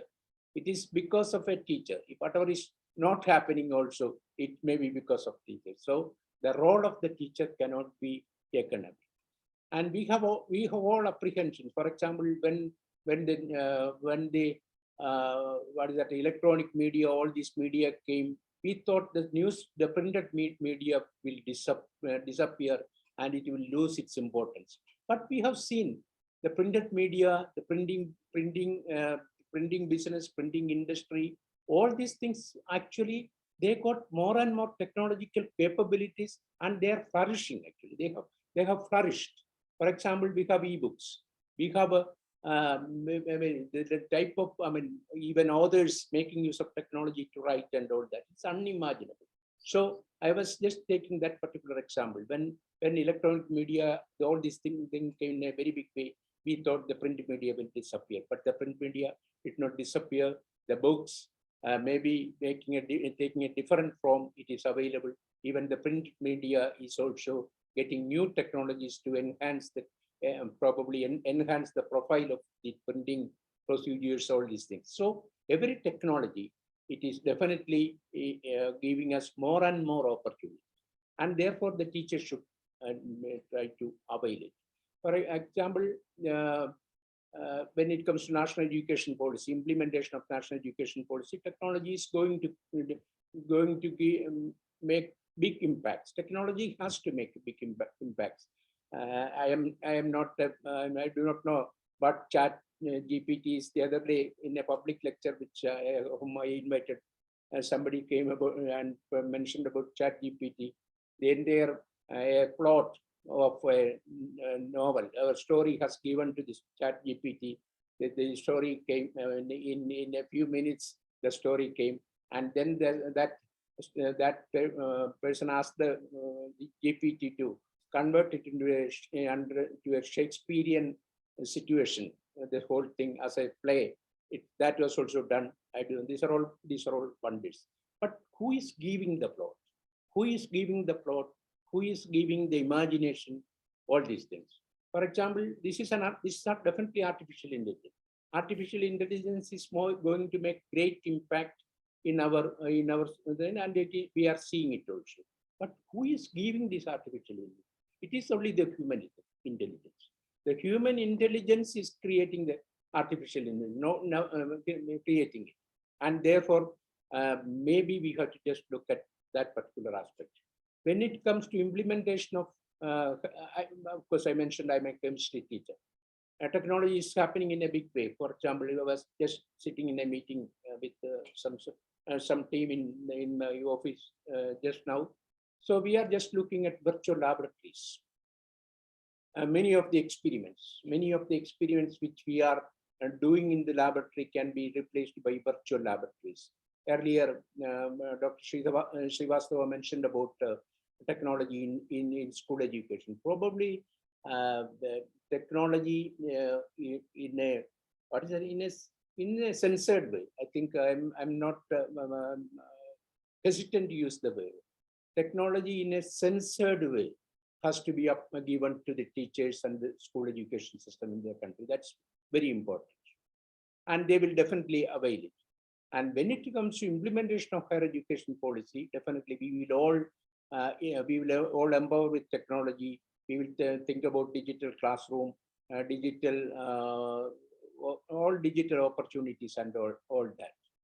So in the creation of the knowledge economy, definitely we are using the digital powers, and therefore our students, our teachers have to be digitally empowered. And when in the case of higher education, we say that within 10 years, or within 10 years, by 2035, all colleges in this country will be the universities or degree granting institutions in this country. No doubt that is a very very ambitious, powerful statement. And also I'm glad that the central government and all the machineries are functioning effectively for implementing the policy. But when it comes to 50,000 colleges in this country, there are 50,000 colleges and 1,000 universities in this country. When it comes to 50,000 colleges in this country, to convert them into the universities, it is not it is not an easy job. I am also in the implementation of the NEP in the state of Maharashtra. They have requested me to look after the autonomous colleges, how they can be converted into universities. So I had, during my several posts as teacher, researcher, administrator, I had occasion to visit all the states in the country and looking at the colleges. Even now, 20% of the colleges in this country, they do not have 100 students and one teacher. There are at least 20% of the colleges. 20% is 1/5 of the colleges in this country with just 100, less 120 students and one teacher. So what we will do? Definitely, probably we have to just look at digital platforms to cluster those institutions, into maybe some sort of a, championing or a volunteer highly endowed institution and make it a cluster. Of course, this particular plan, even when I was in the University Grants Commission, we were thinking about the cluster universities and cluster colleges. In Maharashtra, we have 4 cluster universities now. Jammu and Kashmir, there are 2 cluster universities. The Homi J. Baba Institute in Bombay, along with 3 other institutions, a cluster university. These are all possibilities. So, how we can digitally connect with the well-endowed institutions with the less endowed institutions in terms of human resources, in terms of technological capability, how we can. So that is one area, in addition to integrating in my classroom, the technology, or in my examination conduct, the technology, in my university administration, the technology. These are all going to happen. These are happening, but it is very important to just look at the rural institutes, institutions in the rural area in this country. The human resources are less, and also no administrator should take this as a method to avoid appointment of teachers. That's very important, extremely important, because I am also in the administration, no doubt about it. But I sincerely believe that if we just produce at least one teacher in any system, it will be detrimental, and therefore technology should not take the place of teachers. We want more and more technologically empowered teachers. Probably technology enabled teaching, we have to more and more youngsters we have to bring into the system, and they can imbibe technology very effectively, and therefore it's very important to strengthen and to sustain the existing higher education system. It's very important to look at these technological capabilities. That's a possible thing, and that's why I mentioned the examples of that. That's in scientific research, how collaboration happened. Maybe collaboration, institutional collaboration to provide teaching, and then we should also look at technology in a contextualized way. Earlier, of course, we are using these PowerPoints and all that. Now it is replaced by videos.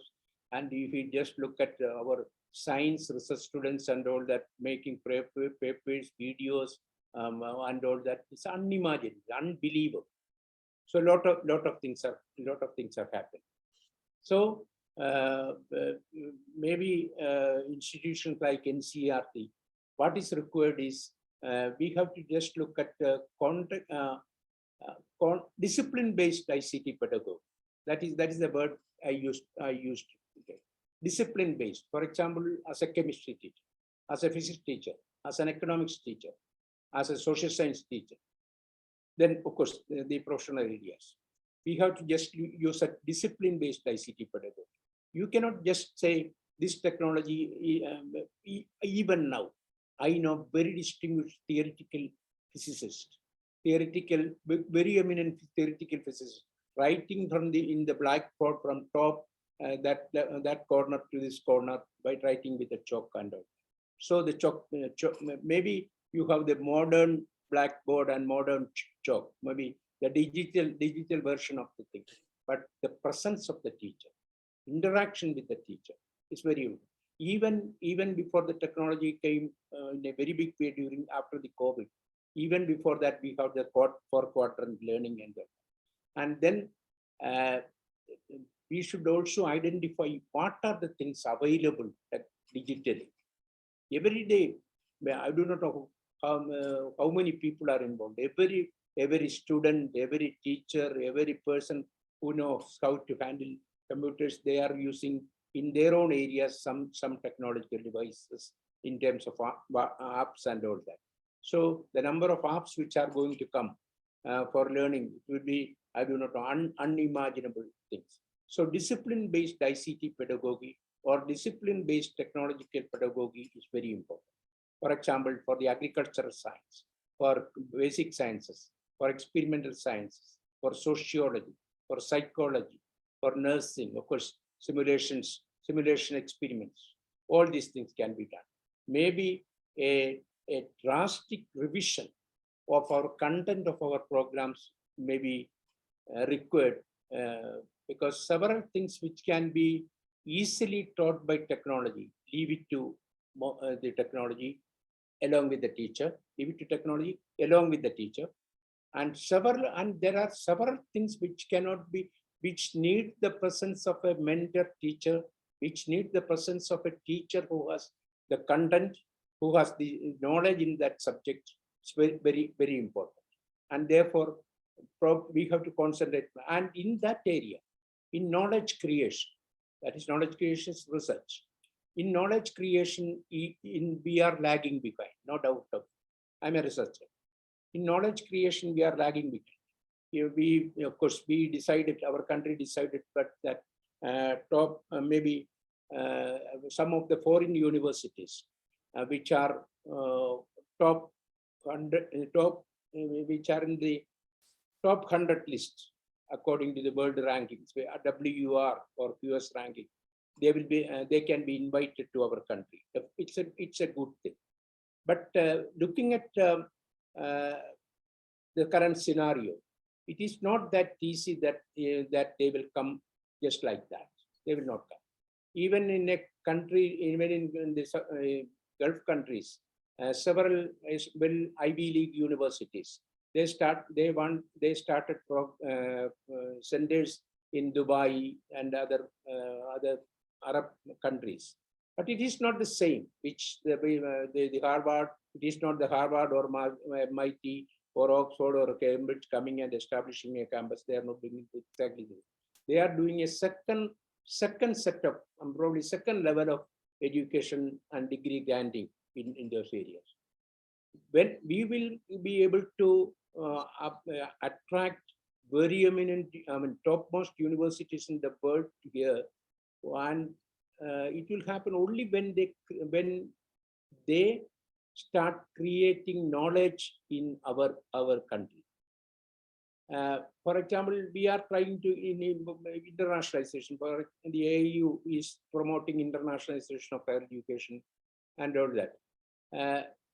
Only when we create knowledge, we can transfer knowledge. Creating knowledge is research, and transferring knowledge is teaching.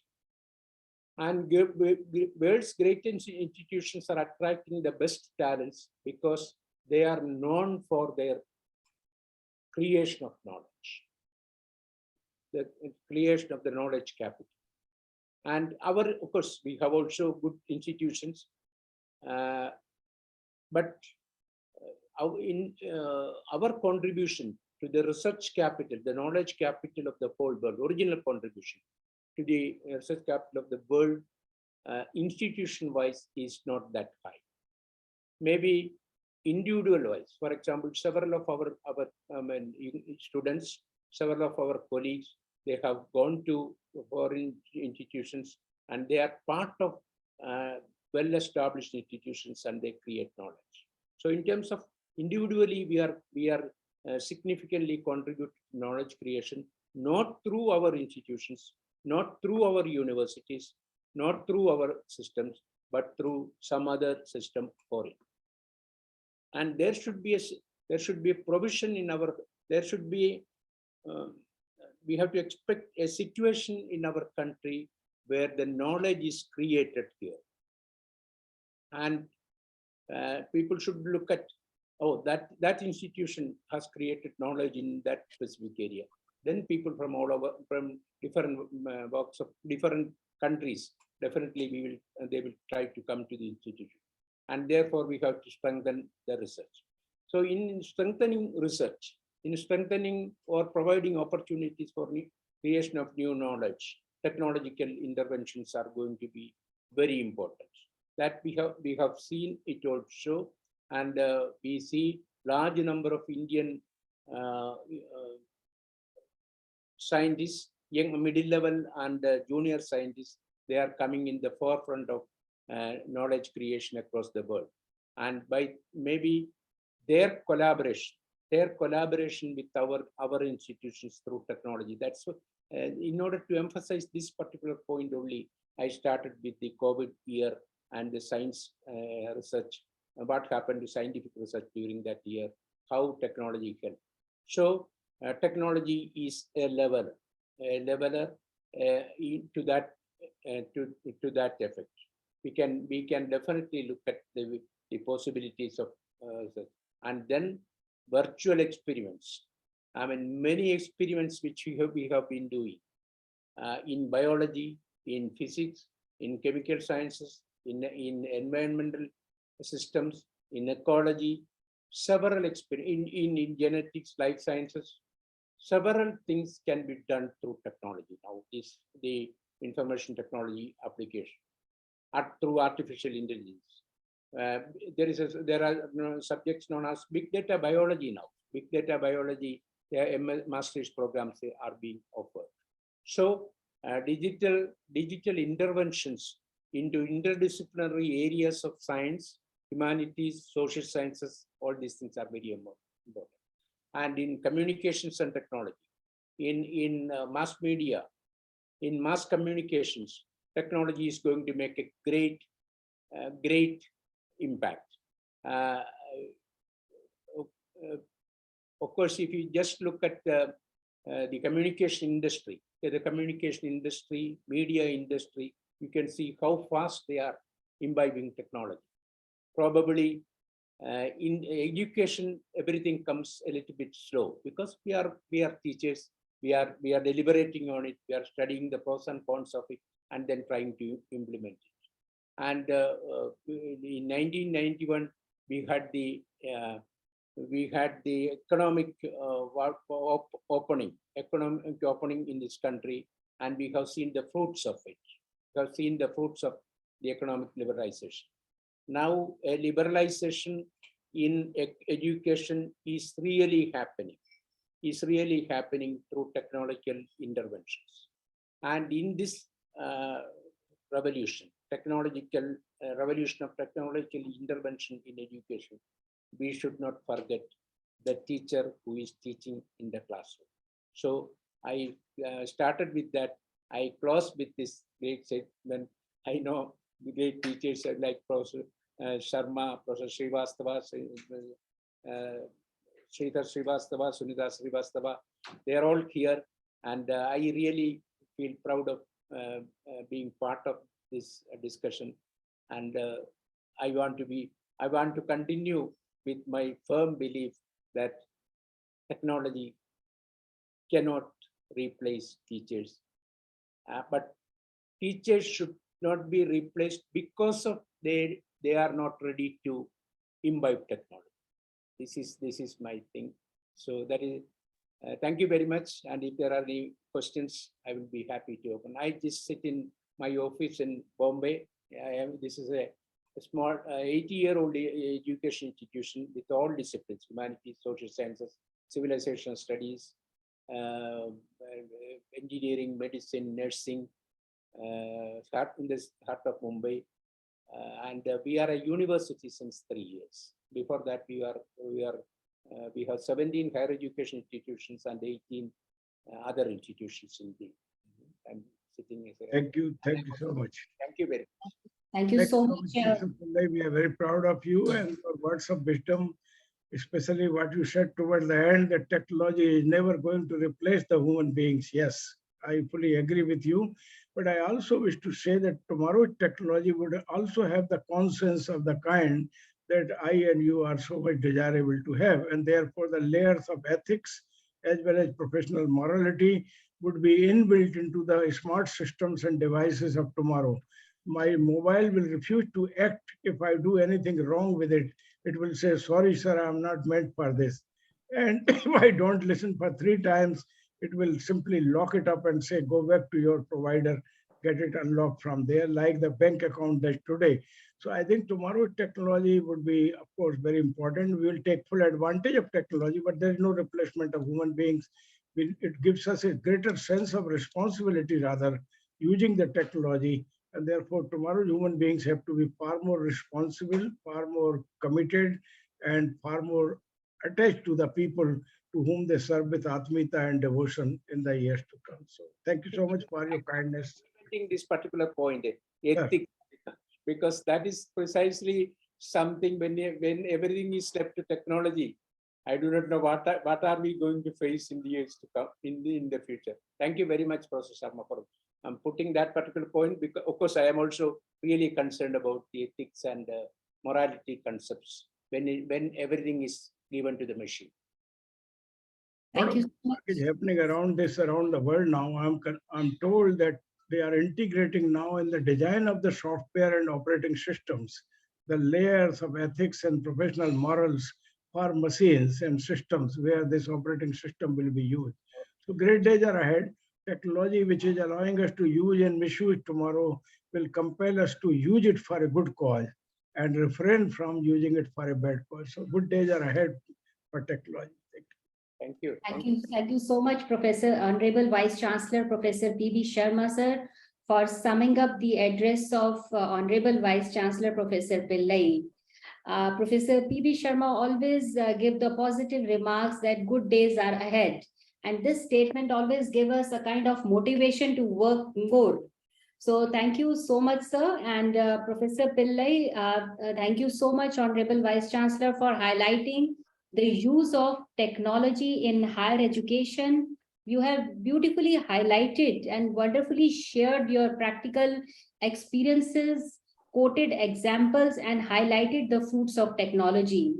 You have beautifully shared that, very rightly highlighted that how technology was helpful during the days of COVID-19, that maximum collaboration was held during that day, maximum interdisciplinary publications were come up during those days. So in the last, you have also highlighted that we need to use digital platform to cluster the huge classrooms, and also stating discipline-based ICT is very important. And in the last, you have highlighted that technology can never replace the importance of teachers and face-to-face interaction, and the personal touch that comes from teacher is very, very important. Therefore, we must ensure that we need to strike the right balance between using technology and face-to-face teaching methods. Thank you so much, Professor Pillai, for being with us today. Thank you so much. Over to you, Harshina. Thank you, sir, for magnificent speech. Thank you is such a prayer that cannot be seen or touched. It must be felt by heart. Finally, we have reached to the end of the inaugural session, and this is a time for vote of thanks.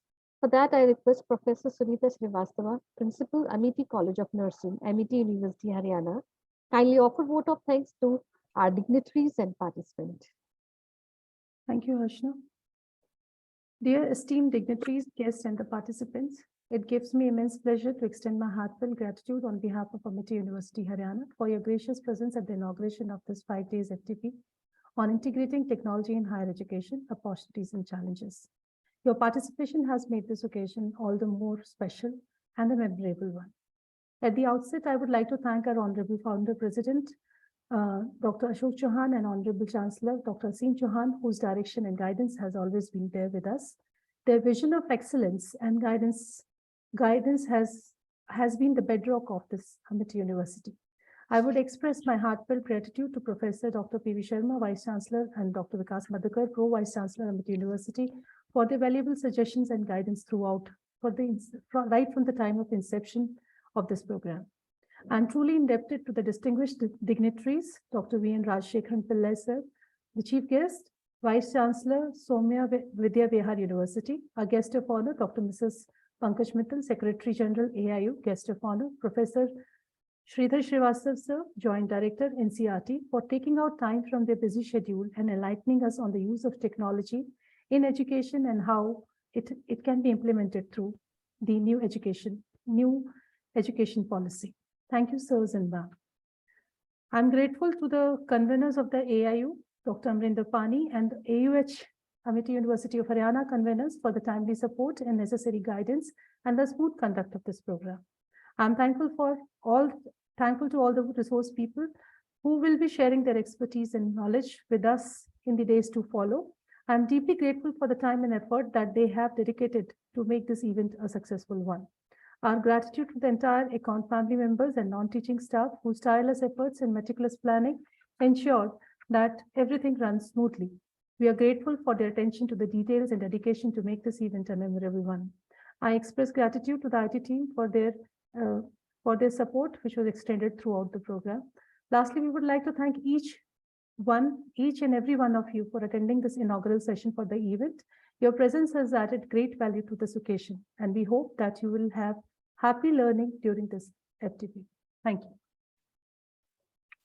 Thank you, ma'am, and thank you all. And with this, we have ended with the inaugural session. Harshna, please kindly intimate that we are having a session to follow the first session of the day. Now, this is the time to start with the plenary session. So I welcome you all once again in day one plenary session, and I hope you will have good insight through this session.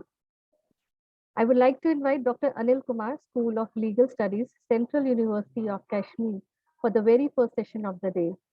Dr. Anil Kumar is working in the Department of Law at School of Legal Studies, Central University of Kashmir.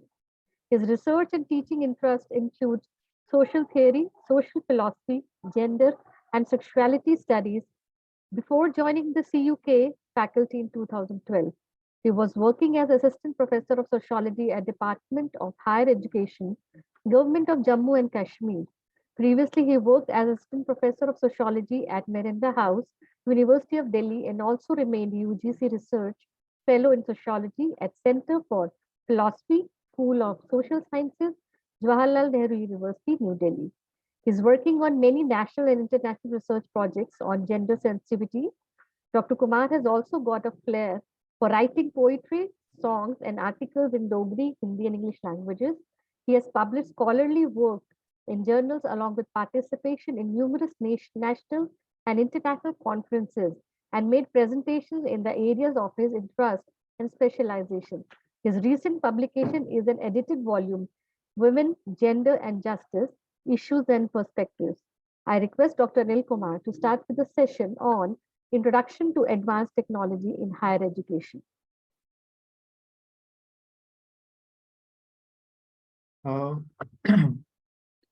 I just want to clarify, am I audible clearly?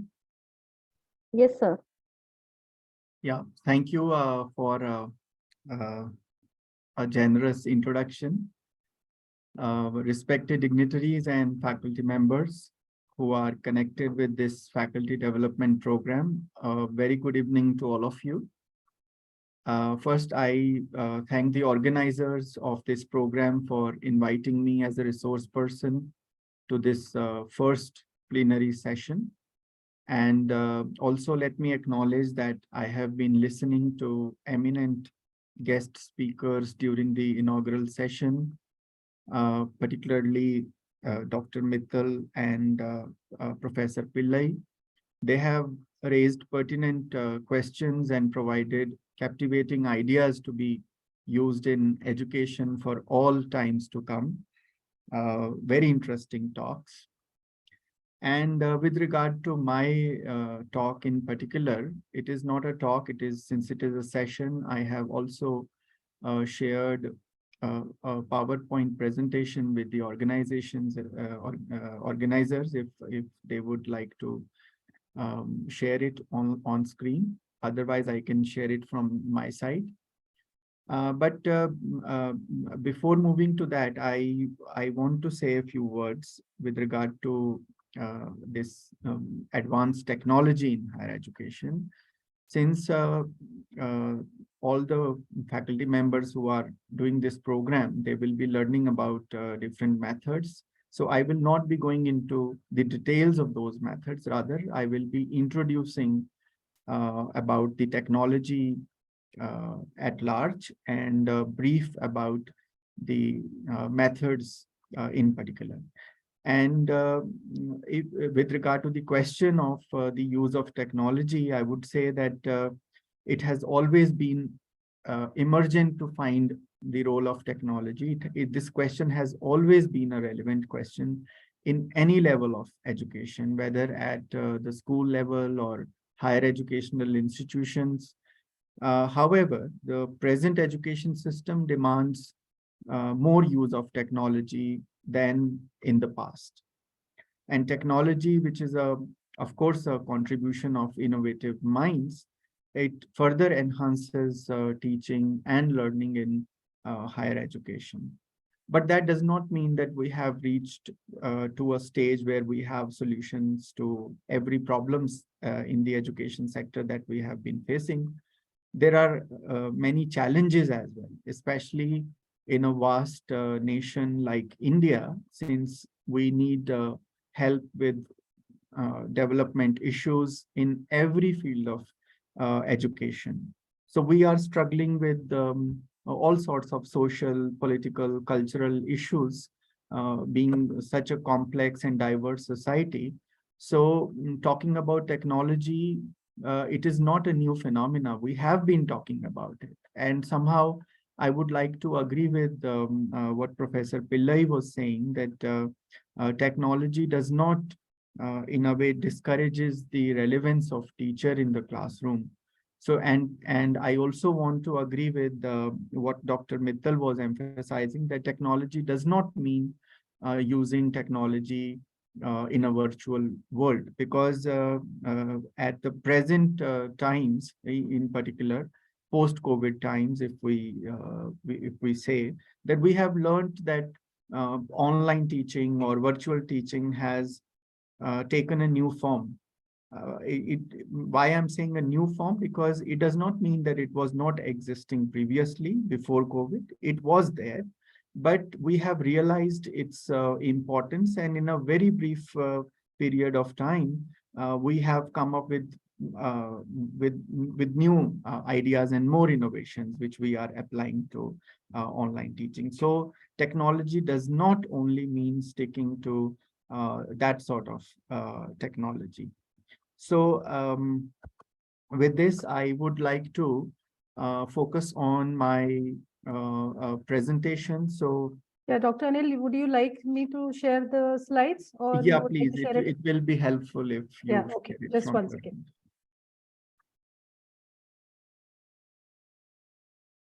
Yeah, is it visible? Yes, it is visible to me. I hope it is visible to everybody. Yeah, Mrs. Harshna, is it visible to you? Yes, it is visible. Yeah, okay. So I think we can go ahead. You can keep telling me. I'll just scroll through your slides here. Okay. So please move on to the first slide.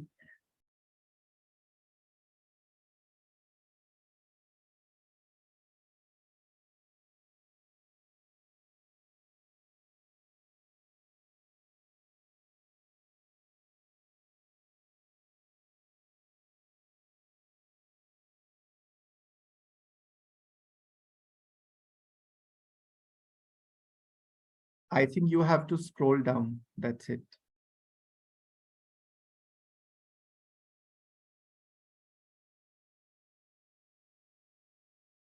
Okay, meanwhile, you are opening the file. I also want to say that I will not be, since I am not supposed to talk about the methods in detail. You will be doing those sessions separately. So in my session, when I am exclusively introducing the advanced technology in higher education, not just I am giving few tips on this, but I am also raising few questions. And those questions you will find in my slides. And I also want to start with those questions. For example, if I say, what is technology? And somehow it seems that it is quite a basic question to talk about technology, but this question becomes so relevant talking about defining a meaning of the word technology, because we right now are living in such a world where You'll have to give me some time. I have to download the PPT, then only it will run. Just another 2 minutes. All right, all right. So we are living in a world right now where we can call it a technological world. And not can, I mean, we already talk about it as technological world. So, which also means that referring to technology has become so usual that we do not go into the contestations of the word technology. That's why it becomes important to raise this question: what do we mean by technology? So it is not something that we do not discuss or we do not need to discuss. So when I'm raising this question, what is technology? Of course, I am referring to the contours of the world that right now is facing, whether in the field of science or social science or humanities. So of course, the basic meaning of the word technology is scientific innovation or scientific knowledge, and the application of that knowledge makes it more technological. So if you look at, so can we go to slide 1?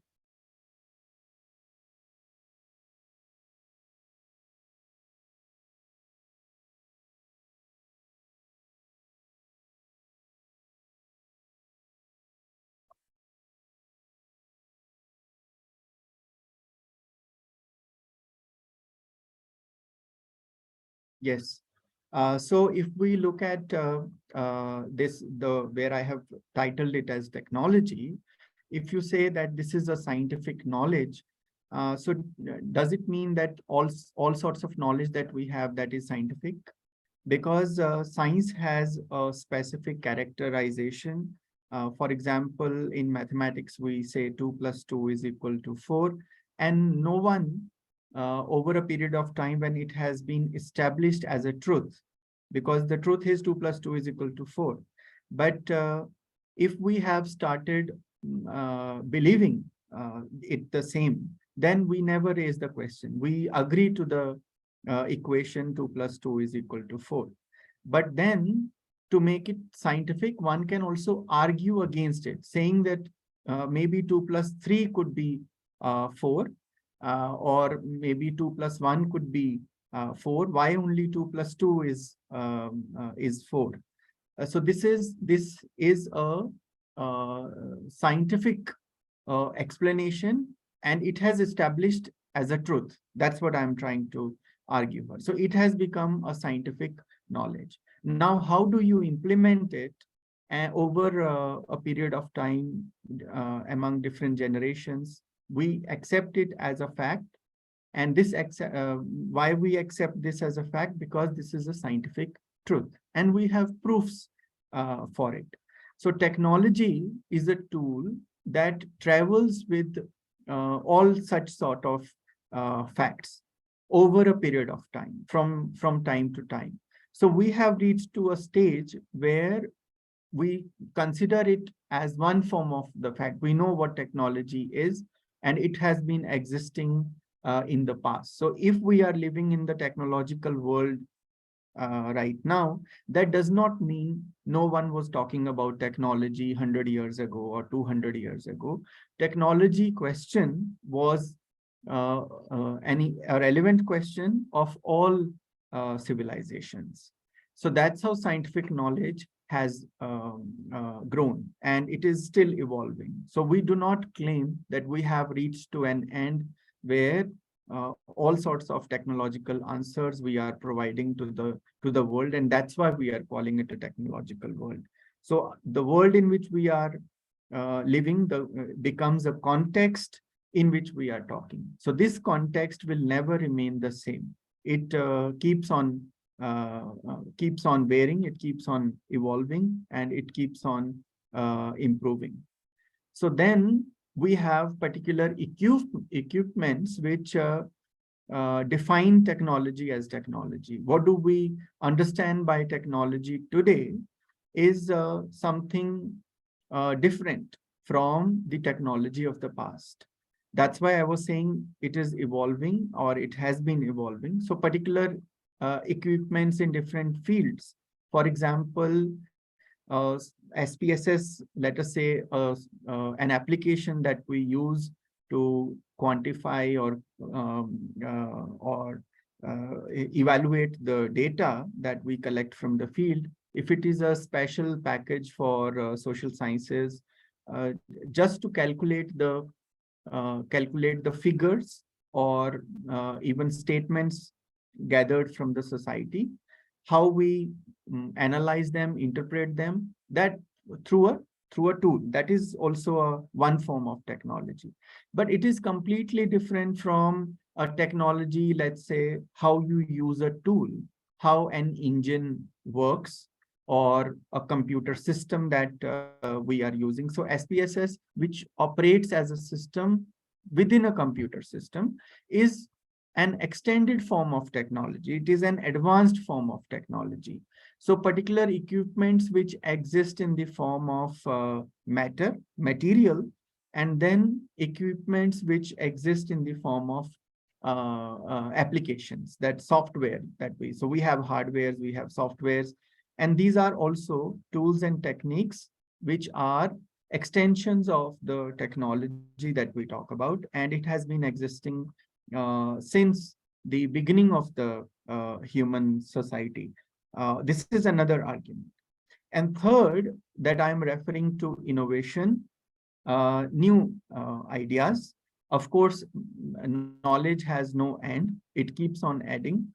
And whatever new, whether inventions or new discoveries or new additions that we make to different fields of sciences or any other educational levels, they make it, the newness of it makes it innovative.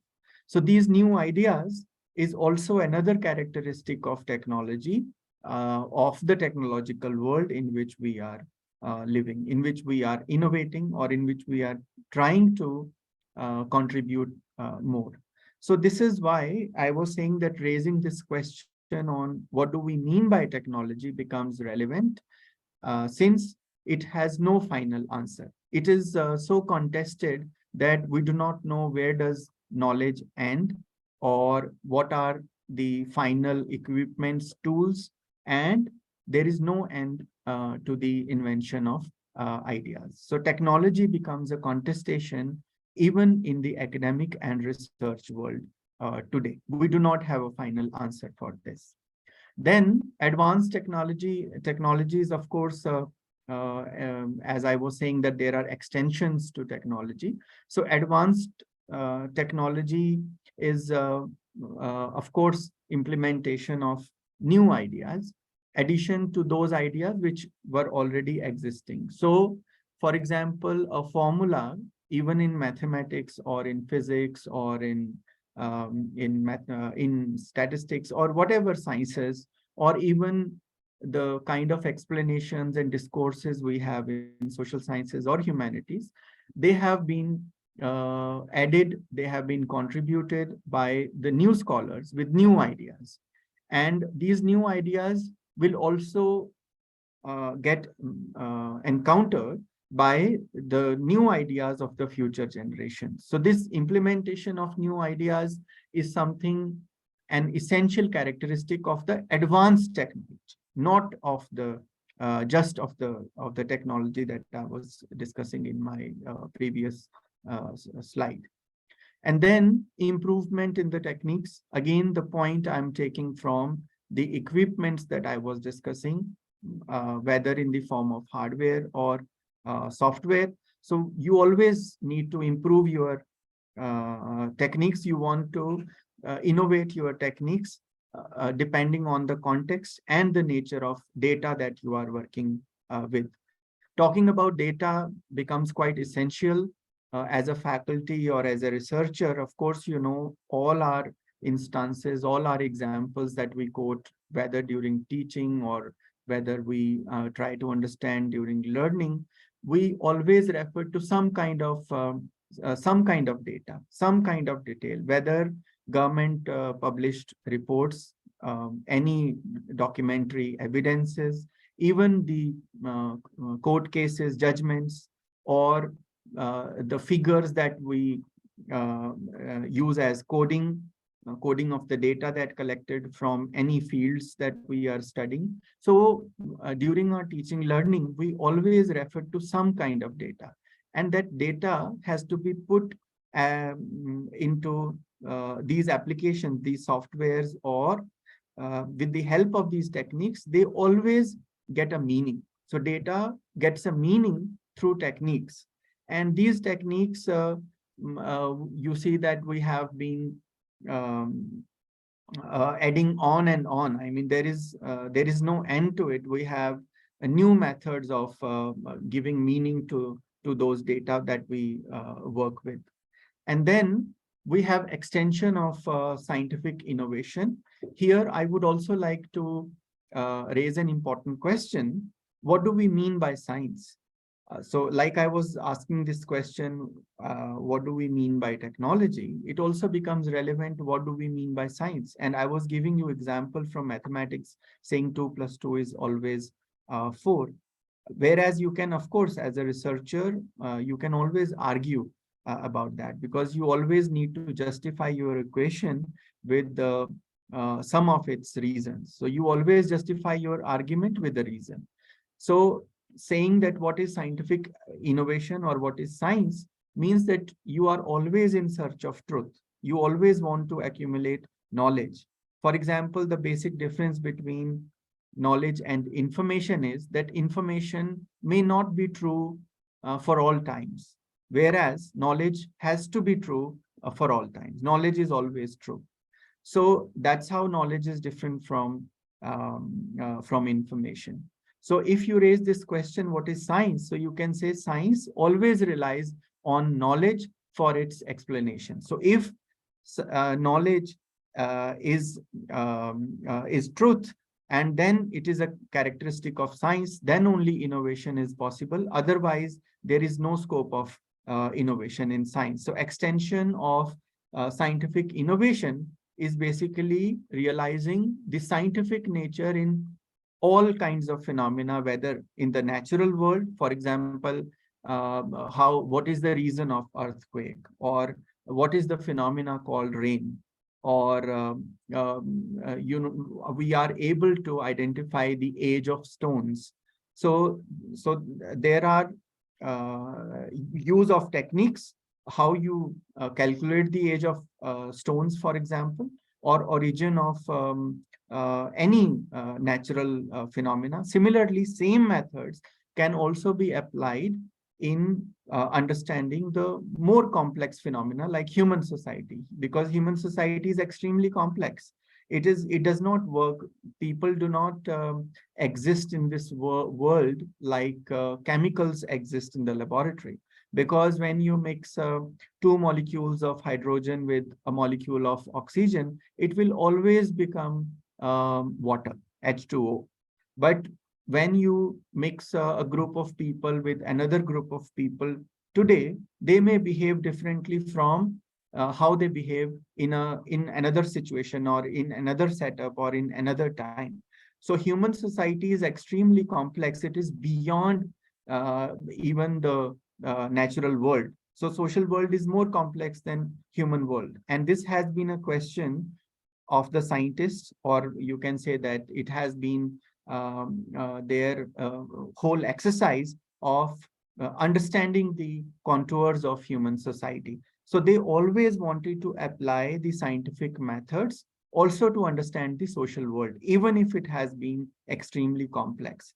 And why they are doing it, why scientists want to apply the scientific methods also to study the human society, because they want to reach to the truth, to the facts of human society. So that is their agenda. That's why we do not say simply say social studies. Now we call it social sciences. So social scientists, however, they work differently from natural scientists like biologists or chemical scientists. They work differently, but they are also scientific in their approach. Next slide, please.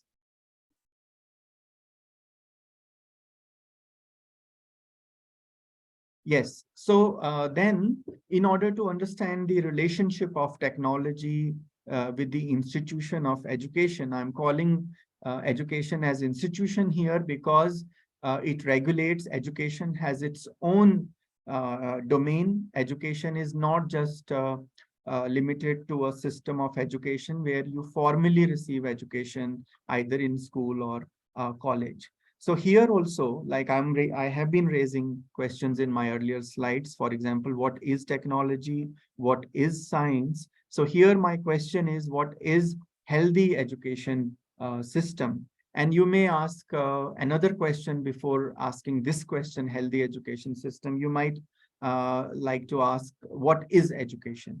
I thought of not discussing what education means. I thought we should rather talk what is healthy education system.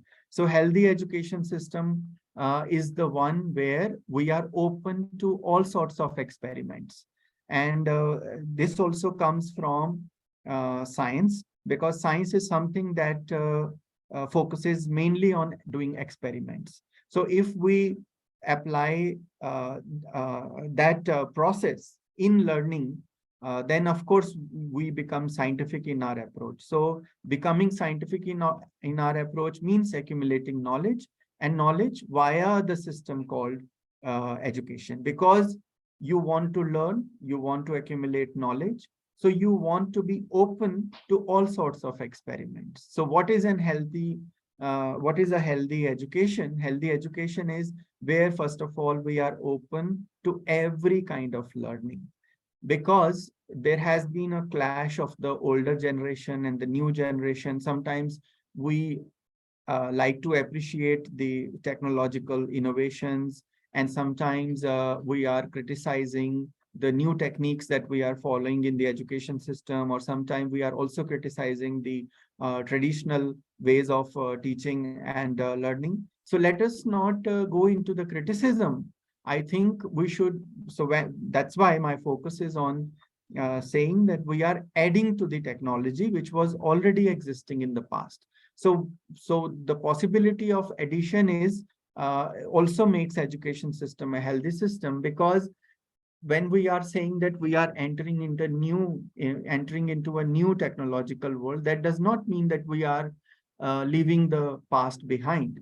For example, a teacher in any educational institution, whether lower or higher, the one who, let's say, joined in the late 20th century during the 1990s is still existing in the education system, is still holding some faculty position in the system.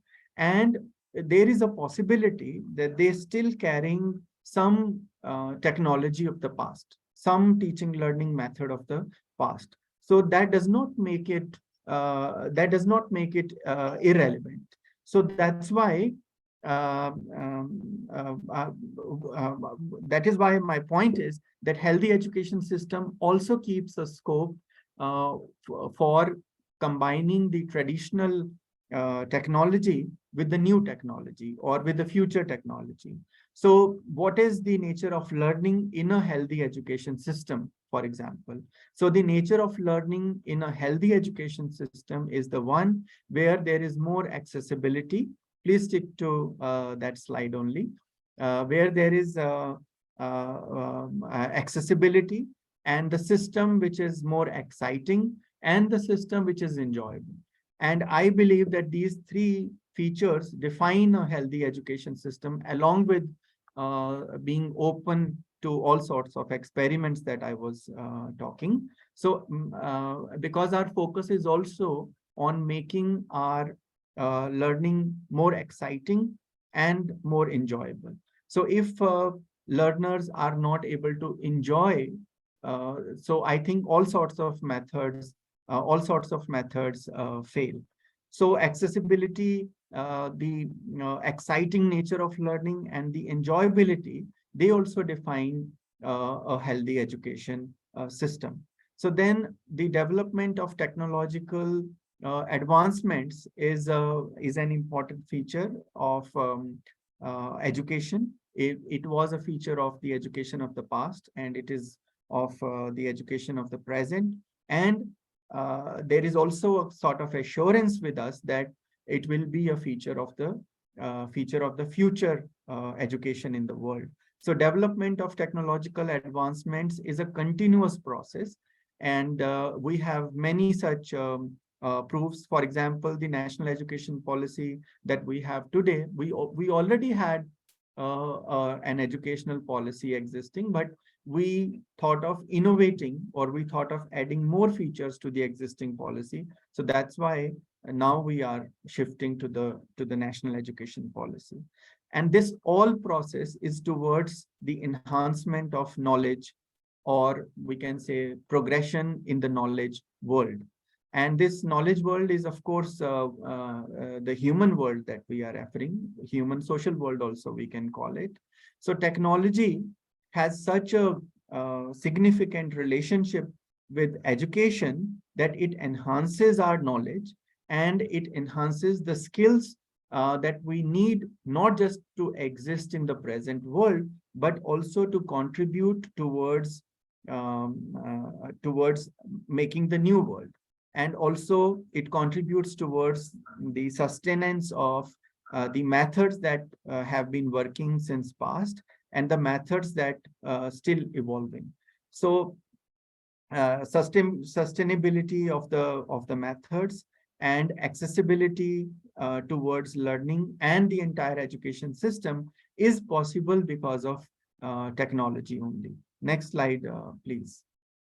So with the improvement of skills among learners, I want to shift to that technology not just has a relationship with education in general, but also with higher education. For example, the methods, the techniques that we talk, because we will learn more about gamification, simulation. These are a few methods that we use, and of course, you will get to learn about it in maybe tomorrow's session. When I was going through the schedule, I learned that that those methods are to be discussed in detail. So how, for example, gamification is put into practice at a school level, at a lower level of education, and at a higher level of education. So there is a difference, because you are also dealing with the different age group, and also with different disciplines, different institutional setups.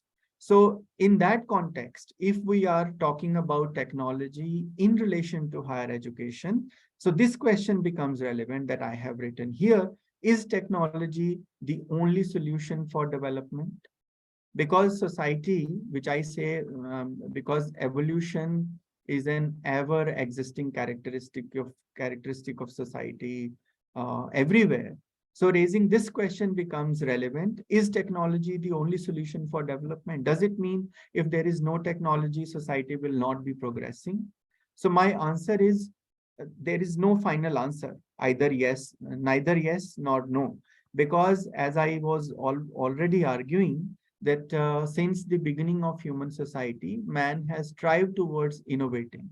We have been striving to add newness to the existing world of literature, or world of inventions, or world of science. So we have been adding newness. We have been contributing not just to the techniques, but also enriching the literature through vocabulary, that we are adding new words also.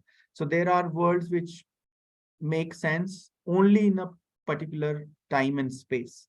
So the words that we have today, for example, we never knew that COVID would also be one of such words. That is just an example I'm using. So is technology the only solution? Not necessarily technology is the only solution, but it is one of many such solutions for the development of human society. And we have instances in which we have been growing, we have been evolving, we have been able to send, say, satellites to the anywhere in the universe, of course, or in the space. So how we have been contributing, that is also one form of technology, and also the technology that we use while teaching learning method, or the technology that we use in our everyday life. Simply finding a way to make my work easier is also one form of technology. So it of course leads towards a kind of development that we are looking forward to. All kinds of societies, whether say developed, underdeveloped, or still developing, all of them are looking forward a new form of development. So one can say that technology which helps us in creating newness in the development which is either already existing or trying to take place. Next slide, please. I'm sorry, I'm rushing for these slides and also in my talk, because I realized that the time that was allotted to me, now I have been, given lesser than that. So I thought of rushing with my slides and with my ideas. Maybe I wanted to discuss more of these slides. No, that's fine. That's perfectly fine. You're going Yeah. absolutely fine. Thank you. Yeah. So along with talking about the relationship of technology with education, with higher education, with what do we mean by science or what do we mean by technology, I want to emphasize what are the outcomes. Why do we need to talk about it, and whether it has helped in any way or not. So of course, we have some of the outputs which I have listed here. First of all, if you look at the point number 1, effective educational system. And let me tell you, effective educational system in itself is quite a complex process, because what is, as I was saying, that if you ask me this question, what is education? There is no limit. Because education includes science, education includes teaching, education includes learning, education includes innovation, education includes traditional aspects of learning, and also the newness that I am focusing on. So education in itself is such a complex process, complex phenomena, and also education being an institution because it regulates us. So talking about education system means that talking about what constitutes education as a whole, which I mean referring to the structure of education, and also what is the function of education. So when we say we add technology to the institution of education, it enhances the effectiveness. It enhances the structure of education as an institution, and also the function of education and its role. So the effective educational system has also been progressing because of technology and the application of science. And we have seen changes in the nature of disciplines. For example, traditionally, when we were talking about science, we would hardly make a distinction between natural sciences or biological sciences or physical sciences. But in today's academic world, we are so particular about calling a discipline with a particular name. For example, we have a discipline called environmental science, and we have a discipline called biological science, or we have a discipline called physical or chemical science, like social science. But there is no limit only to these domains. Within, for example, within biological science, if you see, we have biotechnology, or we have disciplines like life sciences, we have botany, zoology, geology, and physics, chemistry, or within environment science also you have separate branches like ecology or water pollution or air pollution or disciplines like that. So likewise, we have history, economics, psychology, sociology. So why do we have these different areas? And of course, it is going to be broadened. In future, we are expecting more and more branches, and that is also a result of innovation. Because in the beginning, I said technology is not just limited to those tools that we have been working with, but technology also includes scientific knowledge. Technology also means innovation in the methods that we have been implying, or the methods we are still working on to use in the near future. So effectiveness in educational system is also an outcome of the use of technology or advanced forms of technology that we work with. Then of course it creates a better learning experience. And this learning experience, please remember, it is not just for the learners, exclusive learners, I mean students or scholars, it is also for the teachers. So people who work as researchers or even the faculty members in any higher educational institutions, for them also technology provides a learning experience. And I was giving you example of a faculty member who started working as a teacher, say in the late 90s, late years of the 20th century, and still working in the higher education system, is not just carrying forward the legacy of the traditional methods that we have been using in the educational system, but also learning to adapt to the newness, adapt to the innovations that exist in today's world. So, of course, my relevance as a teacher who comes from a traditional educational system, my relevance is more appropriate in the context when I also update my knowledge by learning, by considering all those experience of the new world. So the technology of the new world will also also become my learning as a teacher. So better learning experience for both, for the teachers as well as the exclusive learners. And better learning experience in the sense somebody uses a technique in a classroom setup. For example, we have a concept of smart classroom, which was not existing in the past when we were working only with blackboard or whiteboard.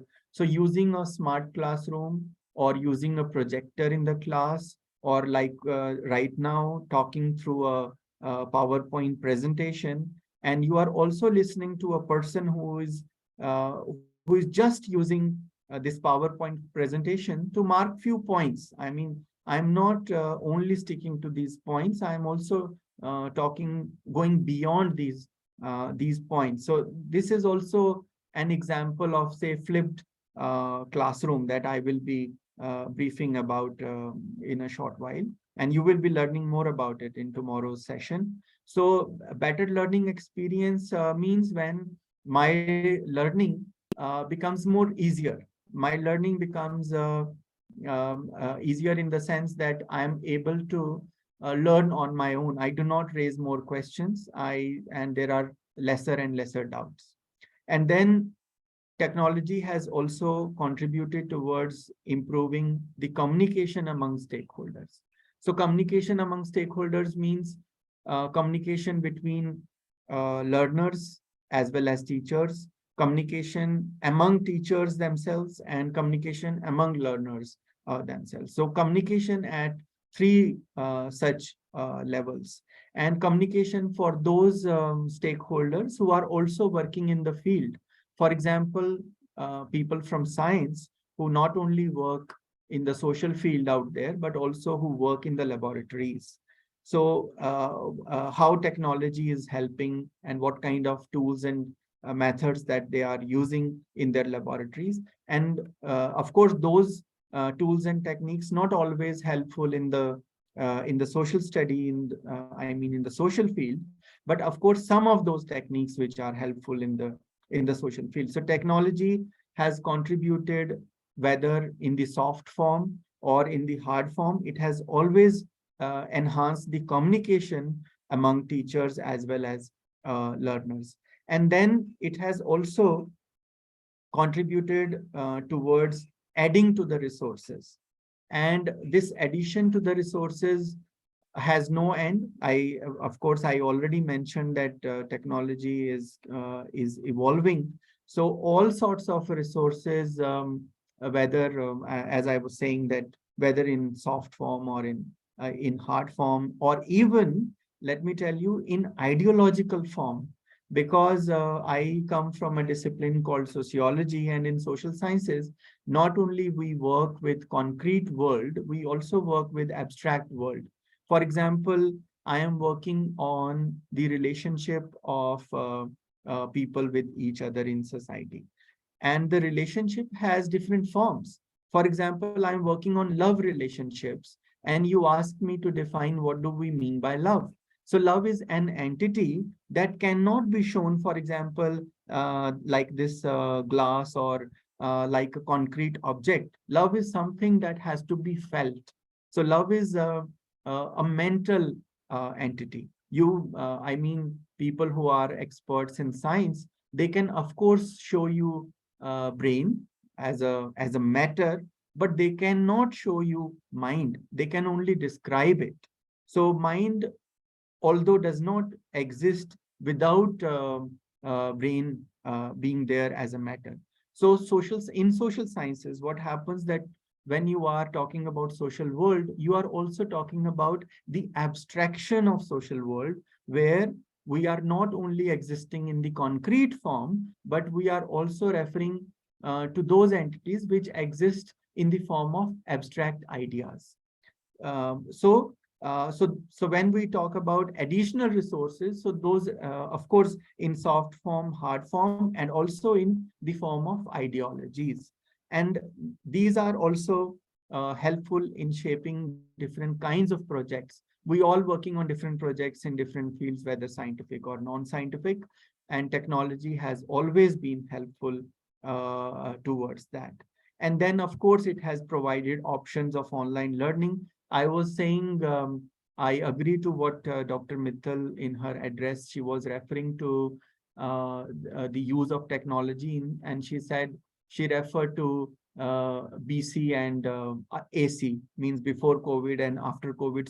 So use of technology in higher education does not only mean referring to the online learning, because this is an assumption that use of technology in a higher education means doing a virtual teaching and learning.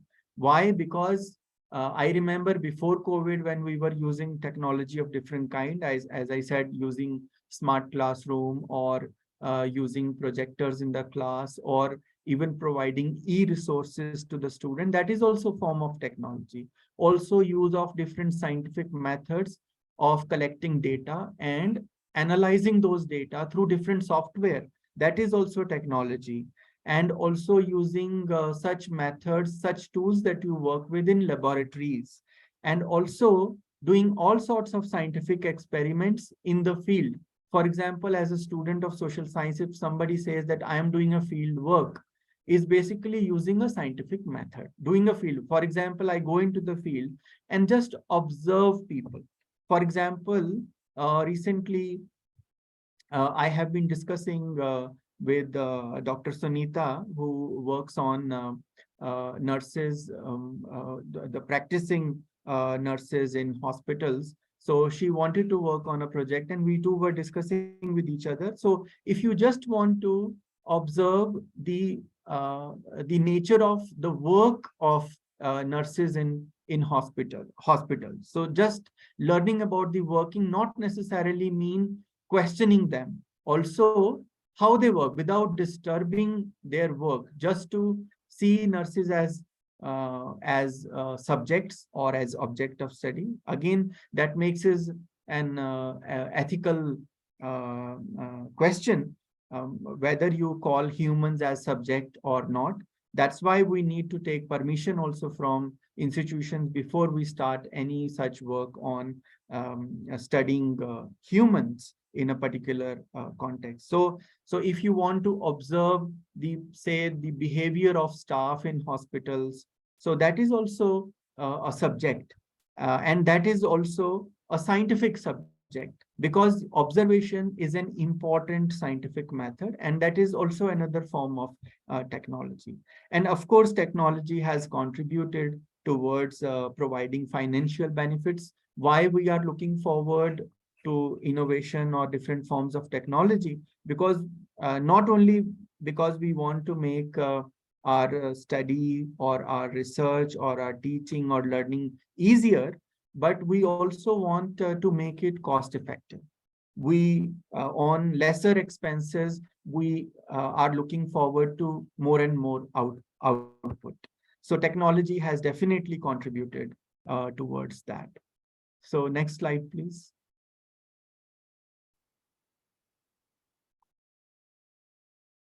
So four such innovative methods I have listed here. And why intentionally I listed them here? Because I also found them on your program schedule, because you will be discussing these methods in detail in next plenary sessions to come in next 4 days. So these methods, especially, for example, and there are, let me tell you, there are n number of methods, and I am just referring to these four, and I told you the reason why. So blended learning, for example, we are familiar with the word because before COVID and after COVID has taught us as a new phenomena that we have blended learning. But this is not something new, because it was existing before COVID as well, for especially for those students who were doing online programs or programs through distance education, and they were doing classes in an online mode. So blended learning is something where you connect learners online along with the face-to-face interaction with the other audience. So that blended learning is quite a significant technological method. And sometimes we also confuse blended learning with flipped classroom. But I want to clarify here that if blended learning is a mixture of both online and offline, flipped classroom is something that you provide material beforehand. So flipped classroom is also sometimes called as inward classroom, where you provide some material to the learners beforehand, and they prepare their notes, and they also point out some important problems, some questions, and then you discuss it later on. So the more emphasis is on face-to-face learning within a flipped classroom session as well. The only difference between blended learning and flipped classroom is that not necessarily you engage students online in a flipped classroom, whereas it is essential to engage students also in a blended learning because you stay in communication through online as well as offline. So in flipped classroom, when you provide material, it can be a separate time, and when you are conducting a class, that can be that will be a separate session with the learners. And then coming to gamification and simulation, these two methods are also now we are learning about it more for the school education rather than higher education, where you want to involve the learners, engaging the learners through practice. So, for example, you create a situation or a similar event about which you are teaching. So talking, for example, now I'm giving you a session because I have been asked to give you an introduction about the advanced technology. So I am not giving you a hand-on session. I'm not doing a practice with you about any of these particular methods in advanced technology. I'm simply talking about it. So it may sound more theoretical, or you may think that I'm just referring to the ideas. I'm just touching fewer of the points, and not going into the details of it. But gamification is something where you become part of that exercise. So not only I teach, I want you to be a part of it, how you process it. I give you a technical session to operate. I talk about, for example, a method using a smart board in the classroom, or for example, just talking about use of microscope, where I'm asking you to actually use it, but then not necessarily through giving you a microscope in hand. I may ask you to draw a microscope. I will be talking about different parts of the microscope because it is a body that comprises different parts, and every part has a separate function. So gamification is something where your involvement also makes you understand functions of different parts of that project that you are learning about, or the method or the tool that you are using. But simulation is something which is even beyond gamification, where I create a situation. For example, if you are learning to fly a plane, an aeroplane, and then I am giving you a plane to fly and also creating different kinds of situations. For example, in a different kind of weather, how you fly a plane, or for example, in different situations like the COVID is a good example, that during COVID, you never stopped the education, the process of education, the Excuse me, teaching sir. learning process. So we are Yes. running out of time. Can you concise That's it, why please? I'm just trying to wind it up. I'm so sorry. Thank you, sir. Thank you. Yeah. So of course, I will not be going into the detail. Of course, they will have a separate session on gamification and simulation. So we can move on. I am not sure if there is another slide. Yes. I hope this is the last slide. So referring to the future course, where did it go? I'm not able to see the slide. Yes, yes. So you see that in almost in every slide, I am raising a question. So in my last slide also, I'm raising another question. Whether Indian technology, which means which way is Indian technology going? What is our agenda, and which direction we are heading to, which direction we are moving? So I think we are innovating in the every field of technology, whether in the scientific disciplines or non-scientific disciplines, or even from the astronomy, or even in the literature, how we are working with data. So we are growing in every direction with regard to technology in India. And our focus, especially in higher education, is towards creating more and more such disciplines where employability is more, which is also a sad situation. I want to mention this point here, that the traditional disciplines like philosophy, or all such disciplines which are taking a back seat, but they have equal relevance. So we should not disregard that relevance.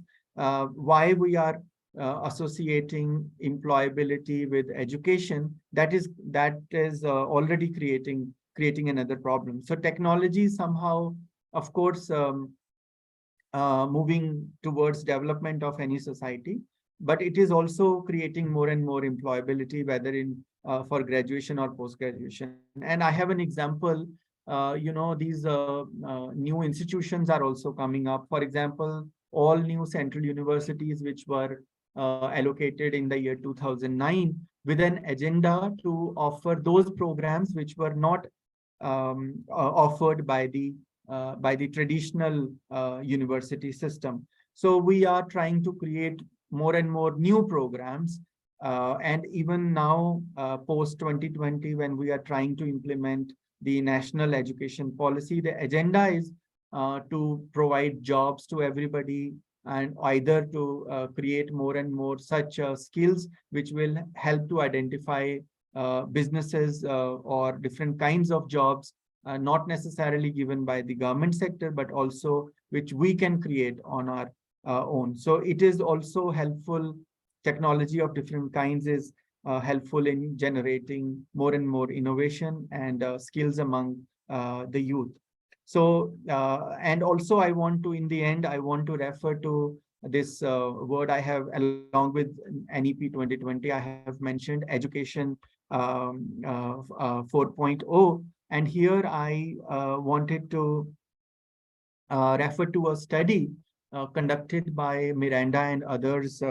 They have published one study in 2021 where they have done a case study of 3 different engineering institutions, just talking about the innovations in the education system. And they are also suggesting, I wanted to talk about those case studies, but we are running short of time, so I will not be going into those details. But if you say, I can share that study with the organizer, and later on the participants can go through that study.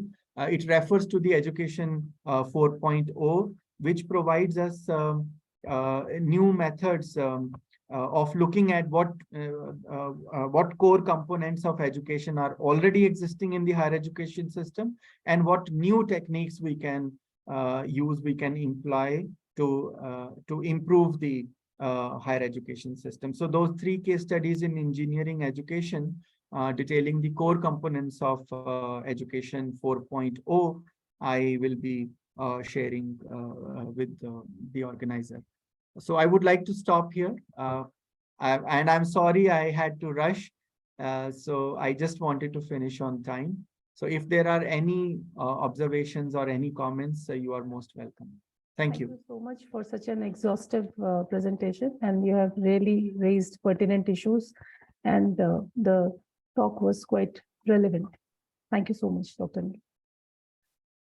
Dr. Rajshekharan Pillai, sir, anything, sir? Any comment from your side, sir? You had been connected with us throughout. Yeah, thank you, Dr. Anil Kumar, for a very, very focused presentation on futuristic technology. Many points which you have raised probably were of real relevance when it comes to deciding the future of education and future of technology. Your point very clearly about the text and context. You also used to say this, text and context. Whatever we teach, knowledge and skills, what we impart is only text. The context is it changes from time to time. It's very dynamic in nature, changes from place to place.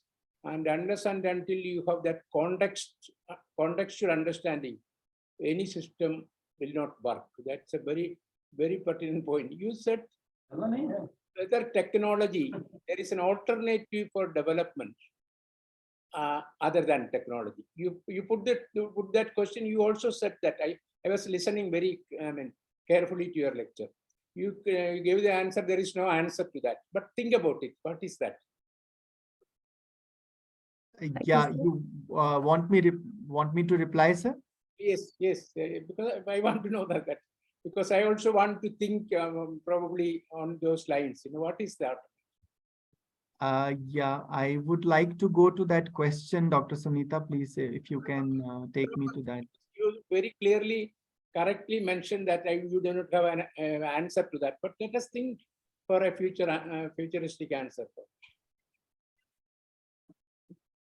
Which kindly let me know which slide.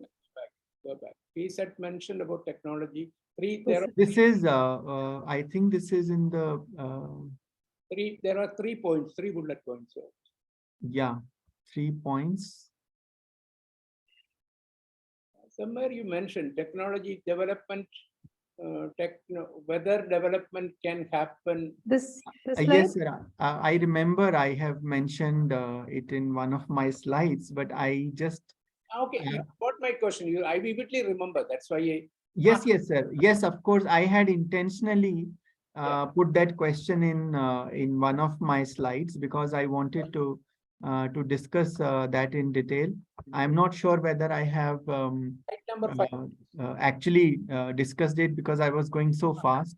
I think I have raised. Is this the slide? Is technology the only solution for development? Technology the only solution. Yes, of course. Yes. With regard to higher education, I raised this question, is technology the only solution for development? I was trying to argue that what do you associate the process called development with? Do we only associate it with technology? Like Sir, in your address, you of course focused on saying that technology does not necessarily demean the teaching. So,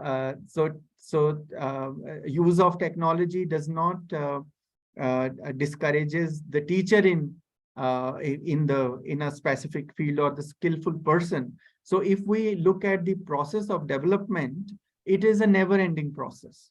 So if we completely rely on any of the technological methods and say that we will derive solutions only from the technology, then I think it will be difficult to reach to any such solution. And development not necessarily mean technological development. That's why in the last I was referring to a discipline like philosophy, why we are putting it at the back seat when it has an extreme relevance. Even through national education policy, if we are looking forward to the development of human mind, not just in the physical existence of human being, but also in the mental well-being. So if we are not focusing on those areas, for example, why yoga and meditation is important for students, or for example, the relevance of philosophy in learning about discipline. So we know that philosophy is behind every new idea, every innovation. Philosophy, we have a discipline called philosophy of technology, but technology is taking over too much that it is leaving the philosophy behind.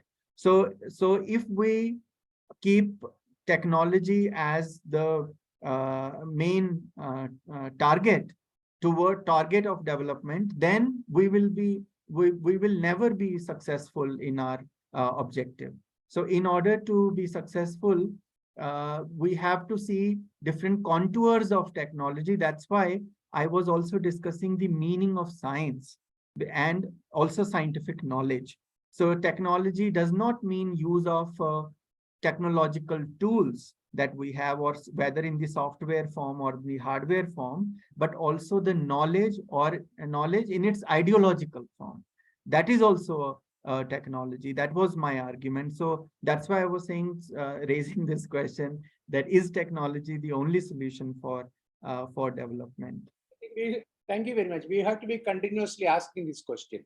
Yeah, definitely. Asking this question, then only things will improve. No? We have to be continuously asking this question because very important. Thank you very much. Thank you, Dr. Anil, and thank you, Pillai sir. You had been such a source of inspiration. You had been listening.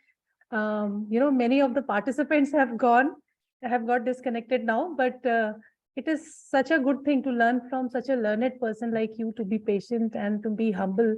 And you had been listening so keenly and closely to his lecture. So it is really, worth appreciation, sir. Thank you so much. Sorry, Dr. Sunita, can I use your platform to say something else? Yes, okay, please. Because I have never listened to Professor Pillai earlier. I was never introduced.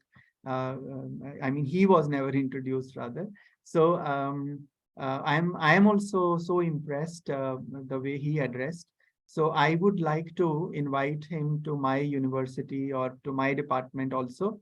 I have one, that I need his contact, and second, sir, through this platform, I would like to request you to, if possible, to share some time with us online or offline, whichever way possible. I work at the Central University of Kashmir, and I don't know if I will get another opportunity to invite you. So I'm using this platform. So please, organizers, bear with me. I'm so sorry to say that.